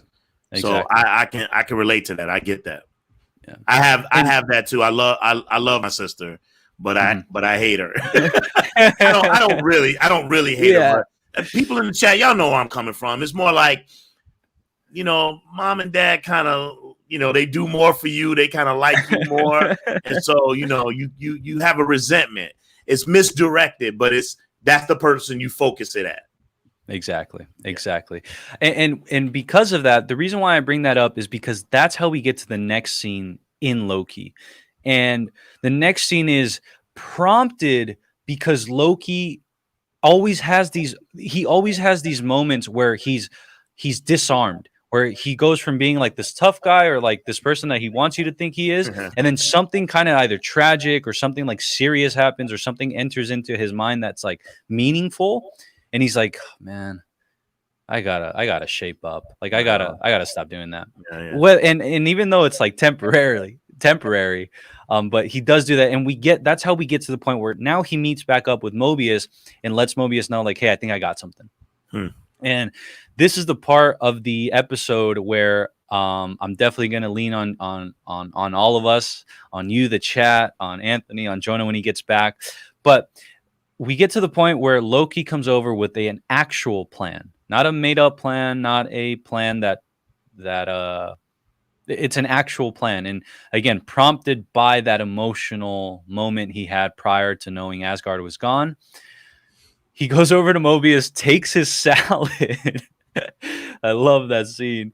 And he takes his salad. This was actually done as a benefit to the fans because, again, subliminally, what they're doing in their explanation, they're explaining things to each other within the film, but they're also explaining it and breaking it, making it more easy for the layman or for the fan who doesn't quite understand. To me, because there are people who. There's just so many time movies out there, as they reference in Endgame. There's just so many time movies out there, and all these rules are changing. And so they're trying to break it down, their rules and how things work in this universe. But they're doing it in a sly way and letting the fans in on it. And I love that. I love it. I love, and it goes back to the thing I was saying earlier, which was Marvel right now is holding our hand, but they're also letting us go, and they're doing what any good any good movie maker, filmmaker would do, which you're supposed that you learn this. If you read, guys, go read Sid Field's screenwriting book, Screenplay. It teaches you this, but essentially, if you have the visual medium, show, don't tell. Telling is for authors of books, like people that write books, and it's not the visual medium. But for the visual medium, it's the opposite. You should show, not tell. So even though they are telling us per se, and I'm kind of contradicting, but even though they're telling us, they're not necessarily telling us, they're showing us and just narrating it as they go along. Right. And Jonah, to catch you up, we were talking about the scene where he is using Mobius's salad to explain to us how the heck they're going to find this variant. Salt and pepper. It's salt and pepper. And actually, I disconnected juice. Disconnected juice. Jeremy Mandel just subscribed. Thank you for that, Jeremy. Welcome to. Oh, by the way, we're gonna try something. Jeremy Mandel just subscribed. Welcome to the channel. Vibes. Perfect. We got to get our timing right. Yeah, we're working on something, guys. Whenever someone subscribes, there's going to be a team effort to welcome you all here. And that was our first attempt. So congratulations. You saw history. But I wanted to say Jonah and Anthony and myself are going to try our best to explain this scene. Jonah, do you have a good footing on this scene? Would you say? Considering I've watched the episode once. Yeah. Give me 20 seconds. 20 seconds. Yes, No, well, here, I'll break it down. So essentially, Loki comes over to Mobius to kind of explain what his plan is to catch this variant, because this variant seems to be hiding. How can they not be catching this variant? So Loki, using two resources: one, his own brain and the way he would do things, and then two, just reading the room, reading the Blue's Clues. He's trying to figure out, okay, where would I be if it was me? How would I be doing this?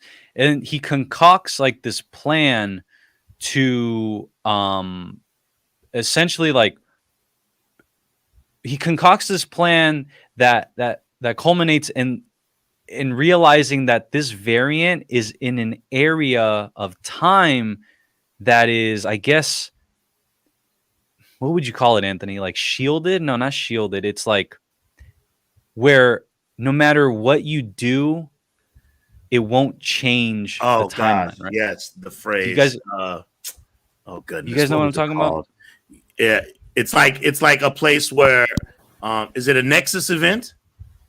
They hide in a Nexus event. Is that it? No, an apocalypse. Apocalypse. Thank you. Oh, there we Apocalypse. go. Yes. Yes.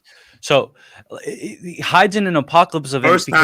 First time that phrase is being used too in an MCU product. Let's go, baby. Hey, I love that. shout out. X-Men down the road. Down the road, apocalypse, here we come. But I wanted to say, with that said, that's what it was. So he realized, and through his research also at the library, because he actually studied, everybody out there study. But he essentially comes across that in an apocalyptic timeline or event, no matter what you kind of do, it won't stop that apocalyptic of that event. Right. So hence, therefore, is where Loki feels that he himself would be hiding if he wanted to not be caught by the TVA, if he wanted to hide in these different timelines. And see, that's the beauty about the show, guys, is that right now we just figured it out all kind of together. And by the way, Heather said vibes. Perfect. Hey, if any of you are out there, hit that subscribe button and we're going to try it one more time. But you know what? Getting back to this, it actually makes sense. Why would the TVA go to an event that is apocalyptic and is inevitable and is about to happen? So Ragnarok is actually the perfect place. And you see that tie-in? You see how they bring back an old movie and you go, that is beautiful. I love that. Well, there's also deeper connections with Ragnarok and Loki than we all know. That's how Lady Loki was originally introduced, is after Ragnarok, Loki takes over Lady Sif's body and becomes Lady Loki. And this is from the comics, correct, Jonah? This is where wow. This is the origin. That's the original, I believe. Correct me if I'm wrong, but that is the original sighting of Lady Loki. Here's my only problem with them introducing Lady Loki, right?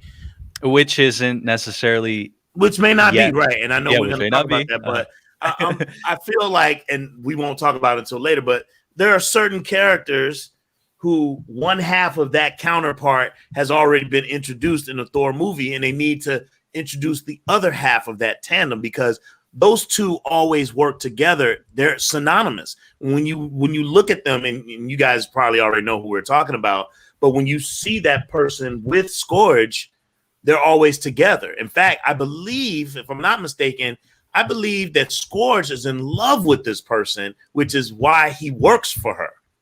And so, to me, and this person is Lady Loki. Is kind of like jumping the gun. Essentially, that's what I feel. Mm-hmm. So I guess to wrap up that point about the apocalyptic events and how sorry about that. No, that was perfect. But because I want to get to that part. That's where I really, really want to get to. Essentially, we see Loki try this out. They go and try out his theory. They end up in Pompeii, 72 AD. And it was crazy, dude. Like, this man, like, really, they went there and he started telling everybody, like, dude, like, you guys are about to, like, blip. You guys are about to be goners. I think he was being crazy. And next thing you know, it worked. Yeah. It absolutely worked. And right then and there, Mobius was like, oh, man, this guy's got it. He's got something. And, so now, fast forward to, by the way, do you guys have a good grip on what's the gum called? The gum? Yeah. The chewing gum? Candy bar. It was a candy bar. I thought it was gum. Kazooie. Yeah, Kabooie. I think it's Kabooie, something like that, yeah. Well, remember they said, though, that is one of the other constants or one of the other things that, do you guys remember what exactly? Hold on, Man, again, I gotta watch it again. I gotta be honest. I feel bad. It's okay. So, but you know what? The good thing is that it didn't have too much significance in the episode. That's just more of like an Easter egg that I kind of want to figure out. New rock stars, please put out your Easter eggs thing so I can watch it already. They did right before this. Kablooey. Right before this, dang it. Oh, it's candy. No, it is candy. Yeah, candy. Okay. Yeah. So from that point on, we get that Kablooey reference. They start talking about that stuff. Do you guys remember though when Owen Wilson Mobius told Loki, asked Loki if he had ever had candy or something like that? Mm-hmm. They had candy on Asgard. And he's like, no. He's like, no wonder you're so like how you are. I thought that was a perfect line. Or and then, like nuts and fruit or something like that. Oh yeah, that's what it was. He asked, have you ever had a candy? He's like, yeah, grapes, nuts.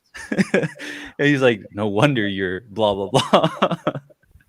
Oh, I love it, man. The comedy they have with this, like the little what do you call those comical reliefs, are so on point.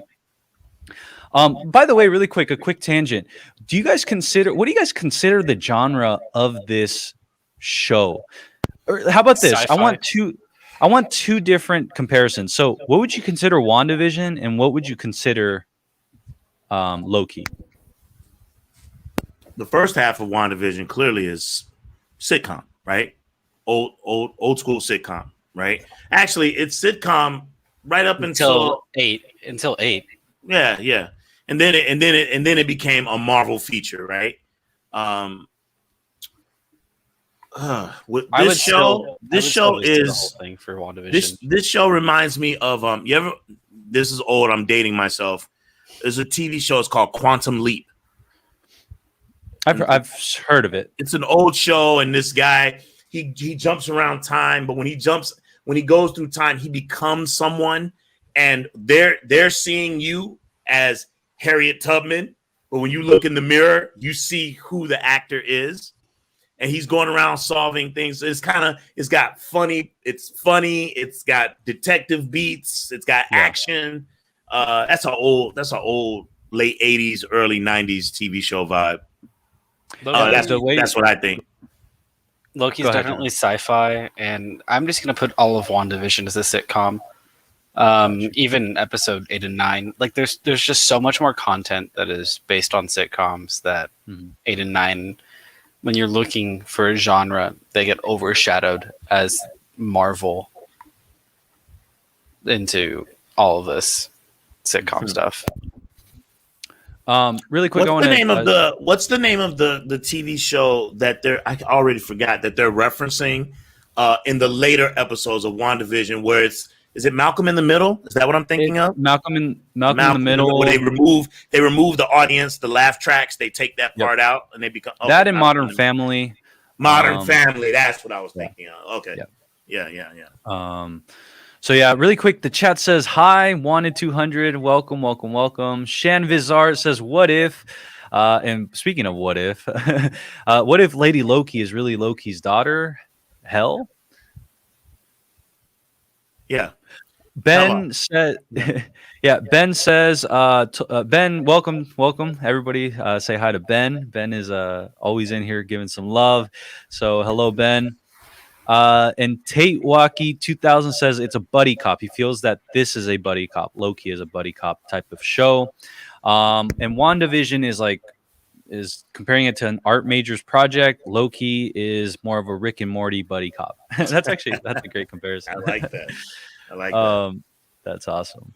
Well, to further this recap and spoiler discussion, we get to the part where now they've narrowed down him, Mobius, and Loki sit down. Well, before that, they have an existential conversation about freedom and choice.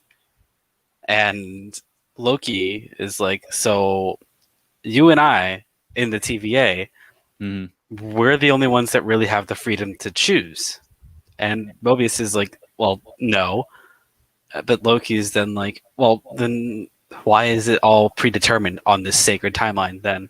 and he's calling out the TVA's BS, and they're trying to pick apart where their lies are and how he can find evidence for when he actually gets to his goal of a conference with the timekeepers, that he can persuade them to let him live on and not delete him, because he's figured out all these lies that they've created and stuff. Yeah, and so while all this is happening, everybody, I mean, this we'll probably talk about a little bit more in a bit, but Loki is obviously he's penetrating the walls, he's penetrating the weak points, he's penetrating like all the fallacies that he's might testing be boundaries and boundaries. Like shout out to Jurassic Park when the Velociraptors would test the fences in different spots. Right. I feel that's a great way to describe what Loki's doing and his motivations for why he's doing stuff. So again, on the surface, it's like, oh, he might be helping them actually. Wow, that's actually surprising. But in reality, something we find out later, it's because he's trying to get to the timekeepers. Which is crazy. But in that, they narrow it down. Thank you for that, Jonah, by the way. That's a huge part of the episode. And that's a huge part. You guys really need to watch that part, because that is like the meta. That is like possibly the thesis of the entire show. Choice versus free will versus predetermination, and just how that bleeds over into like the MCU and what's going to happen. Makes us self-reflect sometimes. So with that said, by the way, that was the first time, I don't know if anybody out there saw this or felt this, but that was the first time I felt Mobius wasn't in control / wasn't the alpha in the room. Like I felt being challenged. He was being challenged. Really challenged, yeah. So when Loki thinks he's an alpha, but when he's around like a real like alpha, he's not. Or an intellectual superior, or yeah. And alpha, for lack of a better term, obviously. Right. Just want to make sure that everybody knows that. So with Mobius in this scene, this was the first time in the season that I felt like, okay, Mobius doesn't have all the answers. And that was a huge part of that episode. Huge part. But then we go ahead and they narrow down where exactly they're going to go. They're going to they're trying to narrow down where this variant might be. And they decide it's in 2050 Alabama. Because of the candy. Yeah. Because of the candy. They use the candy to figure it out. Exactly. And because one of the things that they were saying was that this, where they were going to go, Roxcart, this grocery store, was because it had food, it had shelter per se, it had things that would make sense if you have a home base, right? So because of that, they make their way to the Roxcart 2050 Alabama. And by the way, this part in the episode, this is where like my head like really starts to expand. My brain starts to like feel like it starts to forwardly think. And it's funny, like, 2050 Alabama is something that I don't think had ever crossed my mind until that day. Until last night. I was like, I really do wonder what 2050 Alabama is going to look like. So kudos to Marvel for doing that, because again, most of the show, we've been in the TVA, we've been in the confines of these walls. We really haven't gotten to see much outside of that. And so for a show to keep us on our toes, for a show to keep us as interested as we were with just doing that, and we're finally barely kind of getting out, was very impressive. So they get there, and I love, one of my favorite parts of the show was when he walked in without a hoodie, right? He walked in without a hoodie, and he let himself get drenched in the rain going on outside. And when he enters, he just goes and just transforms into a dry Loki. And he's like, what is that? What did you just do? He's like, I dried myself off using magic. Exactly. So I don't announce myself with squeaky. So I don't announce choose. Oh man, I love that, man. It's too funny. I love that. And then at this point, the Minutemen and Mobius, it's a squadron now. They all show up because they're going to take down the variant. And sure enough, there is aura reading there, so they confirm that the variant is there. Now it was a matter of where. Within this store, the Roxcar, and within this store, there is this variant Loki that we're all anticipating. And I don't know, at this point in the episode, I'm like, we're in episode 2. They're not going to show it. It's gonna be a breakaway. This variant is going to escape, and we're going to have to wait another episode. And probably next episode, we're going to have to wait again. But no, Marvel said, "You want something? Let's go. You want a mini movie? 2 episodes? Let's go." And so next thing you know, he's with the agent that really dislikes him, and like I said, very, very soon after, they run into just a normal bodied person, like a casual bystander that you would assume is a casual bystander. And next thing you know, you see that hand reach again into frame and touch like the temple of that TVA agent, the Minuteman. Boom, green eyes appear. That is not that's that whole discussion we had at the beginning, which was like the transfer. It was the wrist. It wasn't temple. Yeah. Because she moved into because she asked Loki, could that be you? Loki's like, yeah, that very much could be.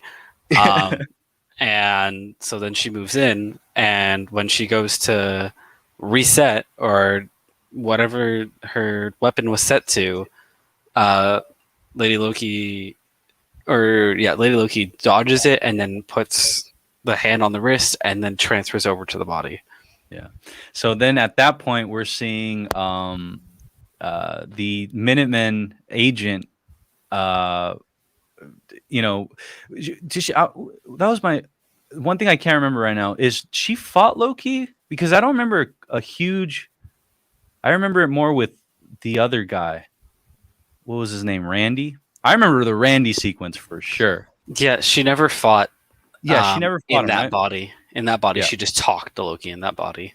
She just talked, and then we get Then we get a transfer over to Randy, and Randy was the star of the show per se, because that fight sequence between Randy and Loki was pretty good. I was actually very impressed from a filmmaking aspect. I was very impressed with the fight sequence. It didn't seem choreographed. Like it seemed like an actual what do you call it? Like an actual feasible fight. A feasible fight, and I like that about that. Randy had that Home Depot look. I've seen plenty of dudes in Home Depot look just like that. Yeah, you got a 2x4. I gotta also love that they, in the captions, they have Randy named the variant.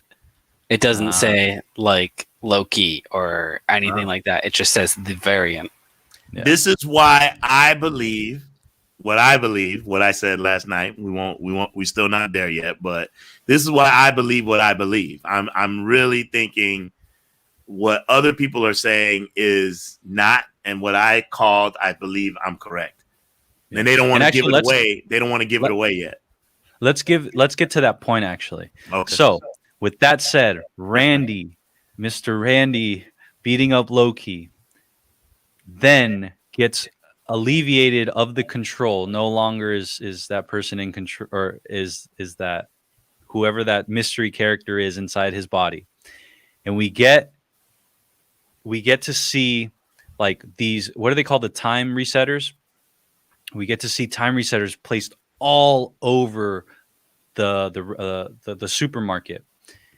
And just like a culmination of the score, a culmination of the suspense, a culmination of like, I got super horror vibes too.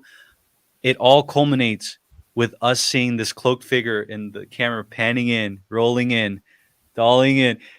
And then she takes, and we immediately, the whole world thinks it's Lady Loki. Lady Loki, that's exactly who everybody thinks. She has the Loki horns. And it's Lady Loki. But that leads us into, is it Lady Loki?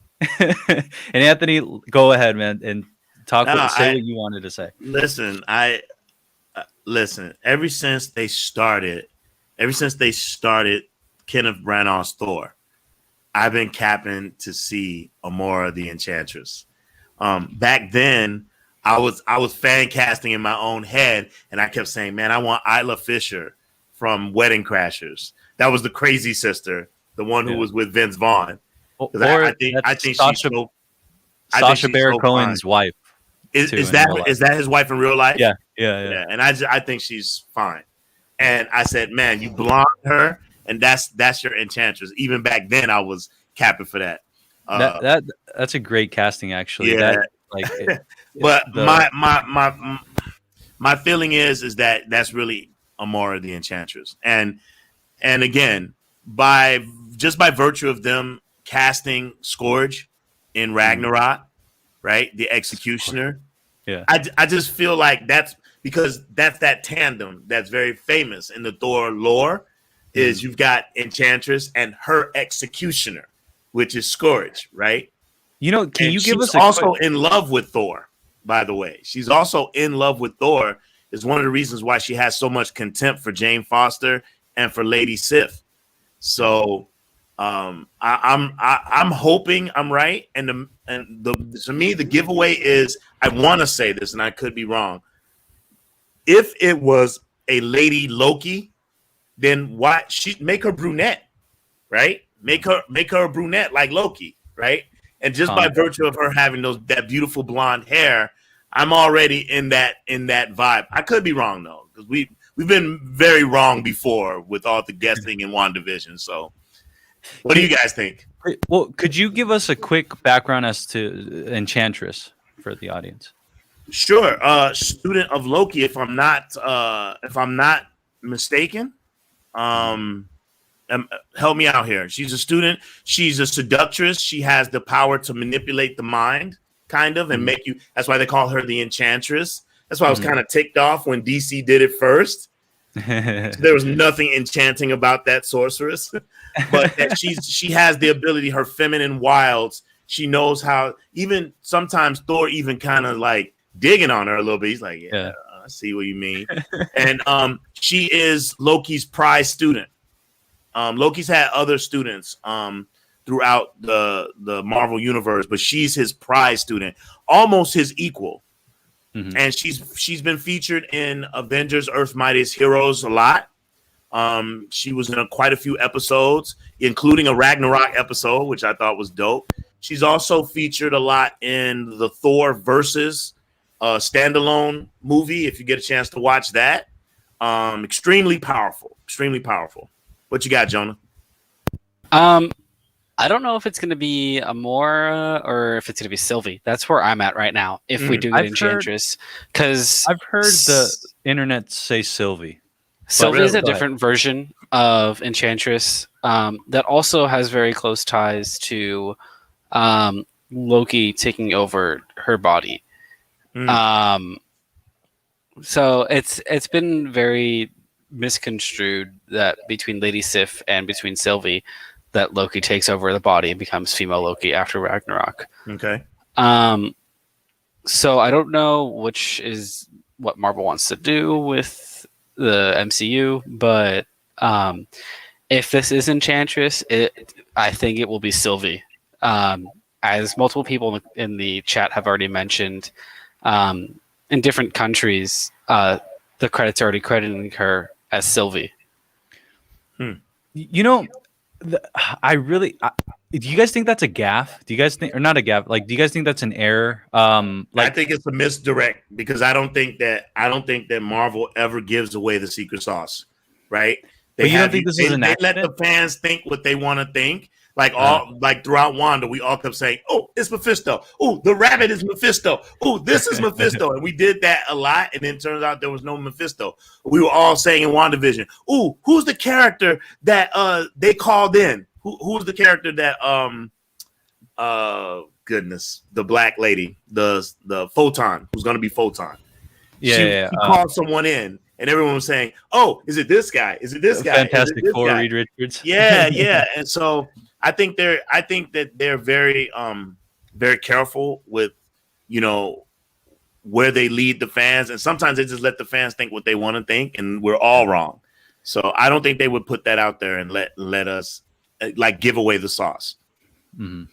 Yeah, no. So as far as like them making a mistake, like a clerical mistake or like a mistake like that, and putting it into the credits,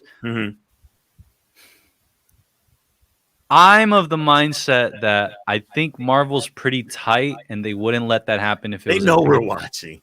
Yeah, so they wouldn't let that necessarily happen as an accident. Now, do I think it's a misdirect? That I don't know either. Instead, what I think it might be is, I think that might. I don't know about it being a misdirect, because why not misdirect this also in the U.S.? You know what I mean? Because I know this is what I've been reading online is that this is happening in other countries, in different languages, and so why not do it here? You know what I mean? That's the one thing that's really throwing me off about it. Interesting. Let's see. Really quick, let me see the chat. Yeah.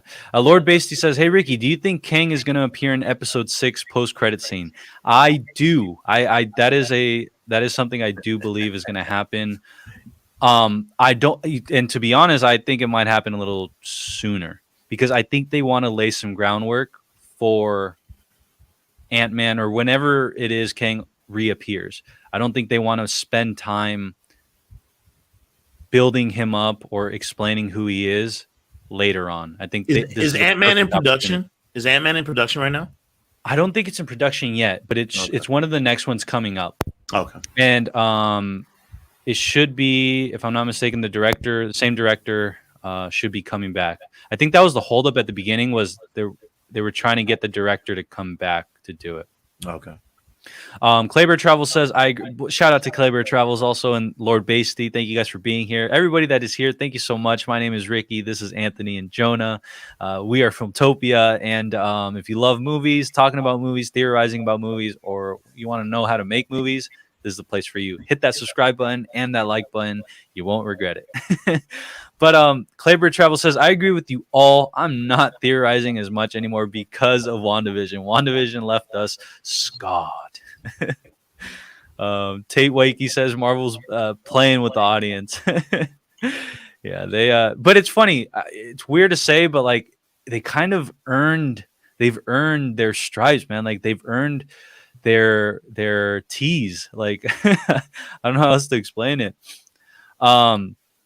Oh, and Claybear says the U.S. credits don't call her Lady Loki or Enchantress. They just call her Variant. And so that's where I'm like a little confused as to what's going on, with other countries, getting that spoiler per se. You know what I mean?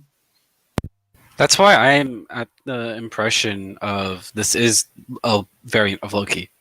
Because, I mean, I could very much be wrong and believing the lies that the TVA is putting out there.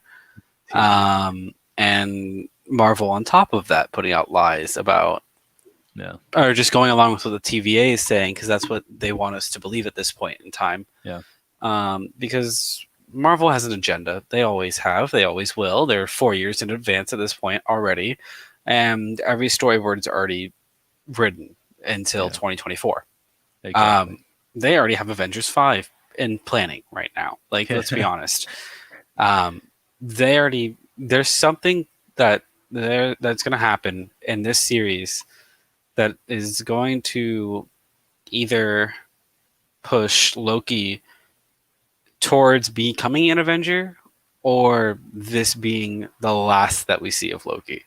That is where I'm at right now. And with the variant, it adds a really... If the variant is not Loki and it's Enchantress, then it changes the entire thing and makes me think that this is the last Tom Hiddleston. This is the last Tom Hiddleston event. I think I'm going to lean more on the side that this is not the end of Tom Hiddleston as Loki. And the reason why I say that is because he just became an executive producer for Loki. So if you guys don't know, essentially what that means is he's got, as a producer, he's got a lot more say than is if he was just an actor or a castmate or whatever it is. He's got a little bit more weight behind what he says.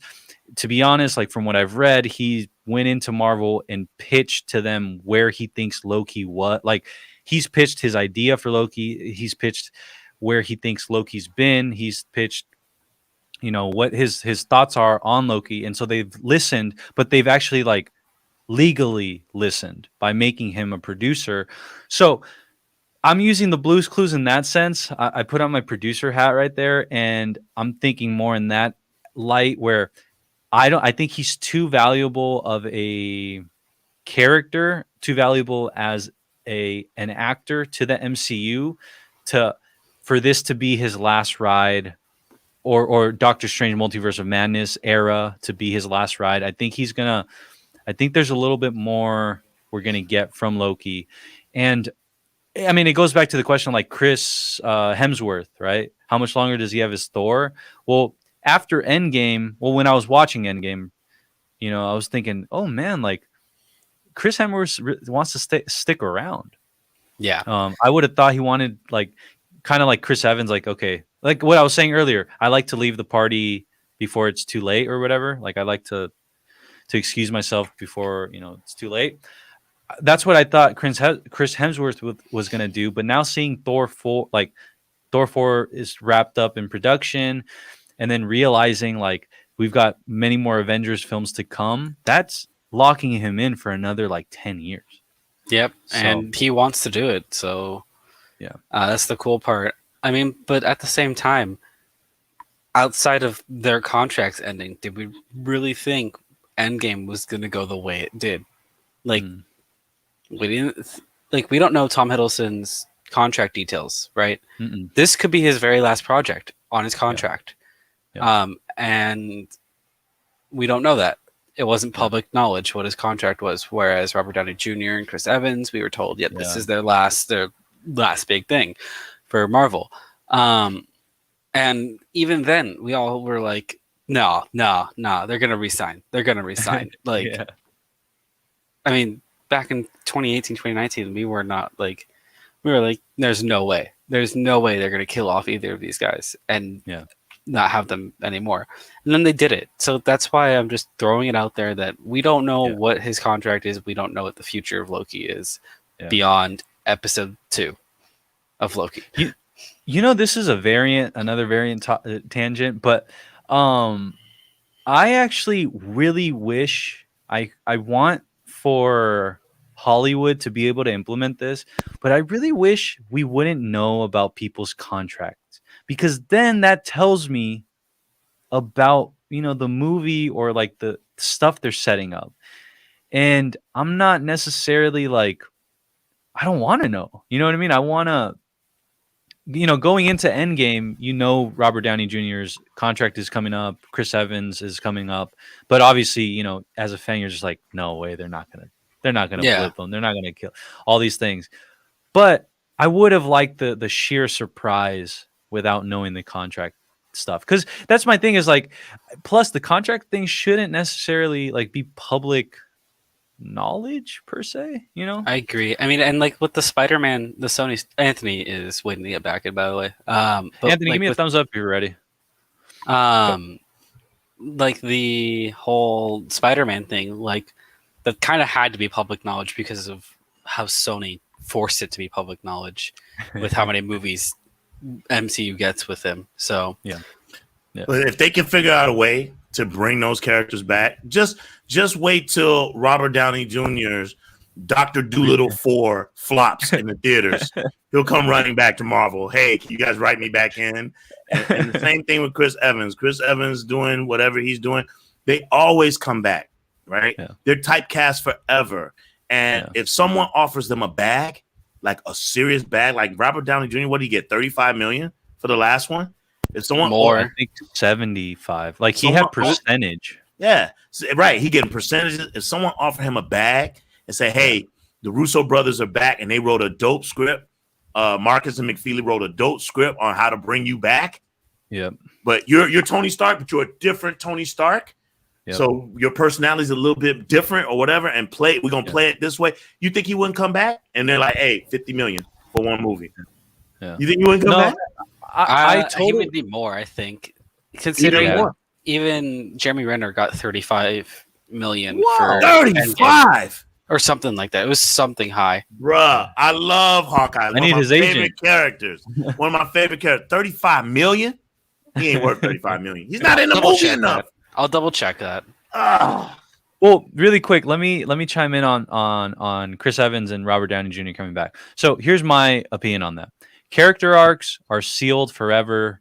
They are the incredible like story arcs, character arcs. I would love for that to be their swan song, like for that to be it. Now, if they were to come back, I would tell you this. What's helped is the world around us and how it's changing. For example, you see Floyd Mayweather, if you guys are sports fans out there, you see Floyd Mayweather taking on fights that are way beneath him, like beneath his talent, beneath all those things. Trash.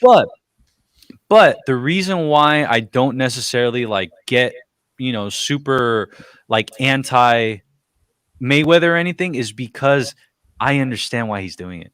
I get he just made $100 million fighting for like 24 minutes. He's getting the bag. So, get your bag. Absolutely. Because of that, if they were to bring them back, here's my things why I would be okay with it, but why I would still prefer just leave them alone, but why I would get and still really be excited if they came back. 2 reasons. One, they're getting the bag and like it makes sense. Like to me, it makes like just math. It makes sense. Like okay, person wants to come back because they offered him this much and they're going to do this. Okay, that's 1. 2 is because Marvel has gained our trust, has built such a huge trust with me, with the fandom, on that they are gonna do everything in their power to make sure it's done properly. So with that, those 2 things combined, boom. Also, too, they're adding to their universe. I think what they're just doing is just like chess or Othello. You're moving these pieces to the left so that you can make room for other pieces. But eventually, as those pieces move up to the front, your Eternals, your Shang-Chi's, and let those pieces move. These pieces are still here, and then you bring them back. Because listen, the universe is getting bigger. Eventually, we're going to be looking at Galactus, probably. Yeah. Some huge fight. So you're going to need all hands on deck. Not just the new guard, but some of the old guard too. This is, at least in my heart, this is how I feel. I'm hoping that, yes, in the comics, there have been lots of people have taken the lead in the Avengers, right? Mm-hmm. But Cap has always somehow found a way to come back. These characters don't die in the comics. And I think that with the exception of Quicksilver, who's died? Right? Who? Well, Captain who? Nat Romanoff. Oh, Nat. But then again, I was watching the trailer and I keep looking and people keep pointing out to me, yo, Aunt, that looks like she's on Vormir in the Loki series. It looks like Widow is. Am I wrong? While I keep getting pushback that it's not Widow, but from the screenshots though yesterday of the timeline that we got to see, the crazy multiverse that's happening right now. Mm-hmm. One of the staples on there said Vormir. But you have to look at the year. You have to look at the year because that year. I'm pulling it up right now. But that year was so far in the future, away from Black Widow's death, that I don't think that is possible. April 23rd, the 24th century, 2301. 2301. Okay. Because that's the thing, you have to look at the dates as well. But they did. But wait a minute, they traveled through time. When they went back to 2014. Wait, did it say 2014 when they went to Vormir though? Because Oh, they yeah, so- went to get the okay. Power 'Cause they were- Stone, and then they left Yeah. to go to Vormir from there. Okay. Okay. Yeah, they All right. because that was the same timeline in which Thanos exists in, right? That Mhm. 2014. Yeah, because they used the Pym particles to get to. They kind of like grouped up, carpooled in a way Mhm. to get to Mhm. 2014. Somehow, I don't know, man. Somehow, I just think they're gonna bring those characters back. Mm. Listen, they killed Gamora, and then she was back in the next movie. A different version, but it still was Gamora. I just don't believe that Marvel would throw away their characters. We're never gonna put a Captain America. I mean, even this Captain America that they put up for us in Falcon and the Winter Soldier, you saw fans didn't take to that, right? They want, even if it's an old Cap, they wanted Captain America. So Mhm. I know we're going off on a tangent, but On a variant. on a variant. I love this stuff. This is great discussion. I love it. Of course, man. No, dude, tonight's been awesome. Super glad we got to chat about the episode. I did want to kind of just close it out with just some final thoughts from you guys. Like anything. Let me you got, let me rattle off dates real quick. go for it. For the timeline stuff. So there is a Phong Maha in Vietnam, 1522. There is Lisbon, Portugal in 1492. Vormir in 2301. 1492. Interesting. Yeah. Thornton, USA in 1551.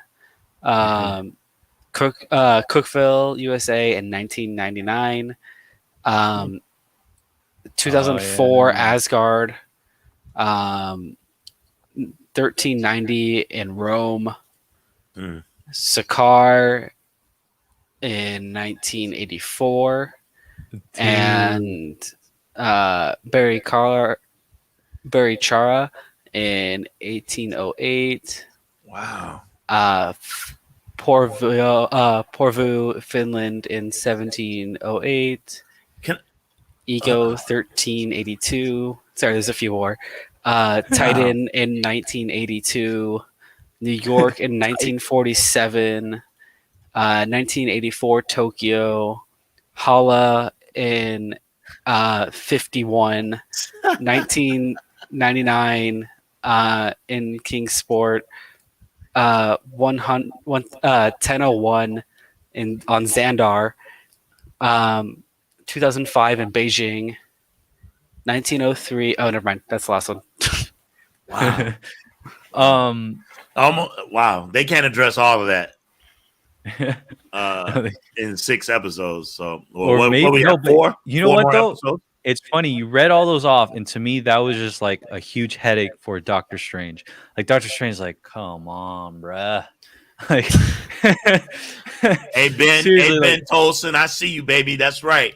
All hands on deck, baby. All hands on deck. Galactus is coming.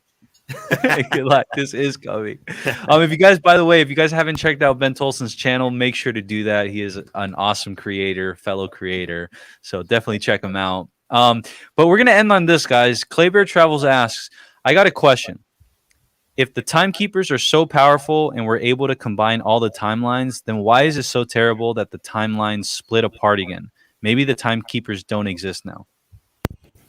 Wow. Well, that's something that I know Lizzie's on the train of this, that the TVA is it's a hoax. It's all fake. But going back to that little scene where we see Mobius get rattled by the questioning of Loki, it's starting to scratch that itch for me. Where, again, Jonah said this earlier, but we're kind of led to trust the TVA. Shout out to Lizzie. Shout out to Lizzie. if you know, you know. But we're set out to really trust the TVA in a way. We're set out to just to believe kind of what they're feeding us, what they're telling us. Mm-hmm. And now that I see some cracks in those armors and Loki pointed them out, and Loki is on the search for these timekeepers. Hey man, I have a lot of questions, and then hearing and seeing that whole variant timeline, with all those dates and locations, dude. What I'm gonna finish off saying is just saying Doctor Strange and the Multiverse of Madness might be the craziest freaking movie ever. Hey, I might have to hop on a plane and come to Cali and watch that with y'all. I'm seriously considering hopping on a plane and coming to see y'all for that one. We can all go to the theater together on that one. That's actually that would be a nice come up too, by the way. That would be to go with some fans. Hey, fans, y'all want to meet up with us? We're gonna go see. That would be a nice little look. Dude, imagine, bro, everybody in the chat, if you're listening, you're witnessing history, because this might be clipped out one day. Okay, imagine this, guys. The year's 2022 in March. Doctor Strange, Multiverse of Madness is coming out. And we, Filmtopians, have assembled. And we rent out, basically, we buy out one full theater.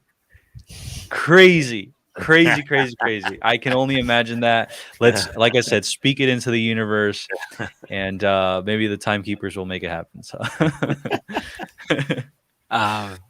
yeah, going off of that question, I don't think the timekeepers outside of Kang are real. I think that this is Kang pulling a Wizard of Oz, and trying to work his way into the 21st century to conquer it and get the materials he needs to expand his conquest across all time.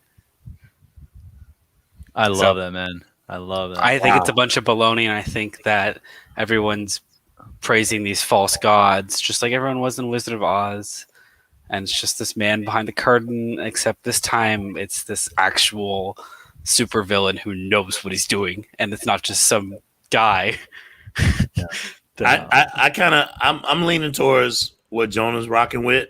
And it's quite possible that Ravonna's in on it, right? But then maybe something happens to her. Again, like I said, all I have is my references from comics and from some of the animated TV shows. Maybe something happens to her, and it makes him come out of the woodwork, come from behind the curtain, and he's gonna handle this. He's gonna save his woman. I would not be surprised if we see him like in his human form, not the blue face and all that stuff, but that we might see him in a later episode. We only have 4 episodes left.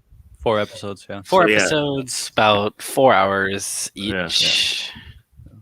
Yeah. And it's plenty of time to do all of that. Yeah, I think. Yeah. Super stoked. Yeah, super stoked. This week, these next 4 weeks are going to be insane. Everybody that's here, thank you so much for being here. You guys are awesome. I'm really hoping that over the next 4 weeks, you guys are going to see like an explosion of content on the channel. You guys are going to see different parts of the channel. You guys are going to see different shows on the channel. And while I can't say much yet, I will say what you're seeing on screen might be a dynamic you see very often on possibly a daily basis.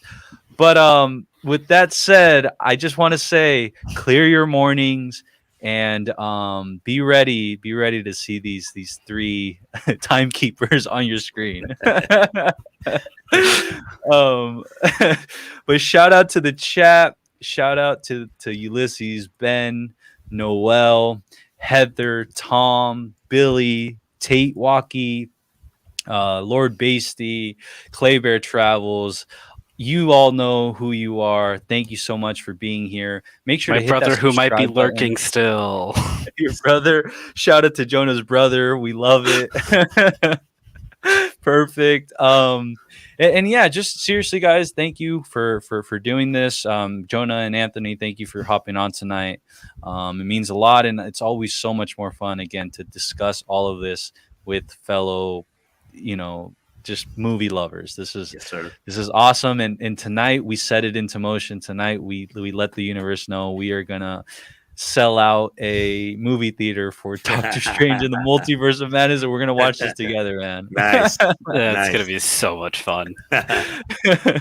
Oh, man, good, so hyped, man. But thank you, everybody. This was episode 2 of the Loki spoiler discussion.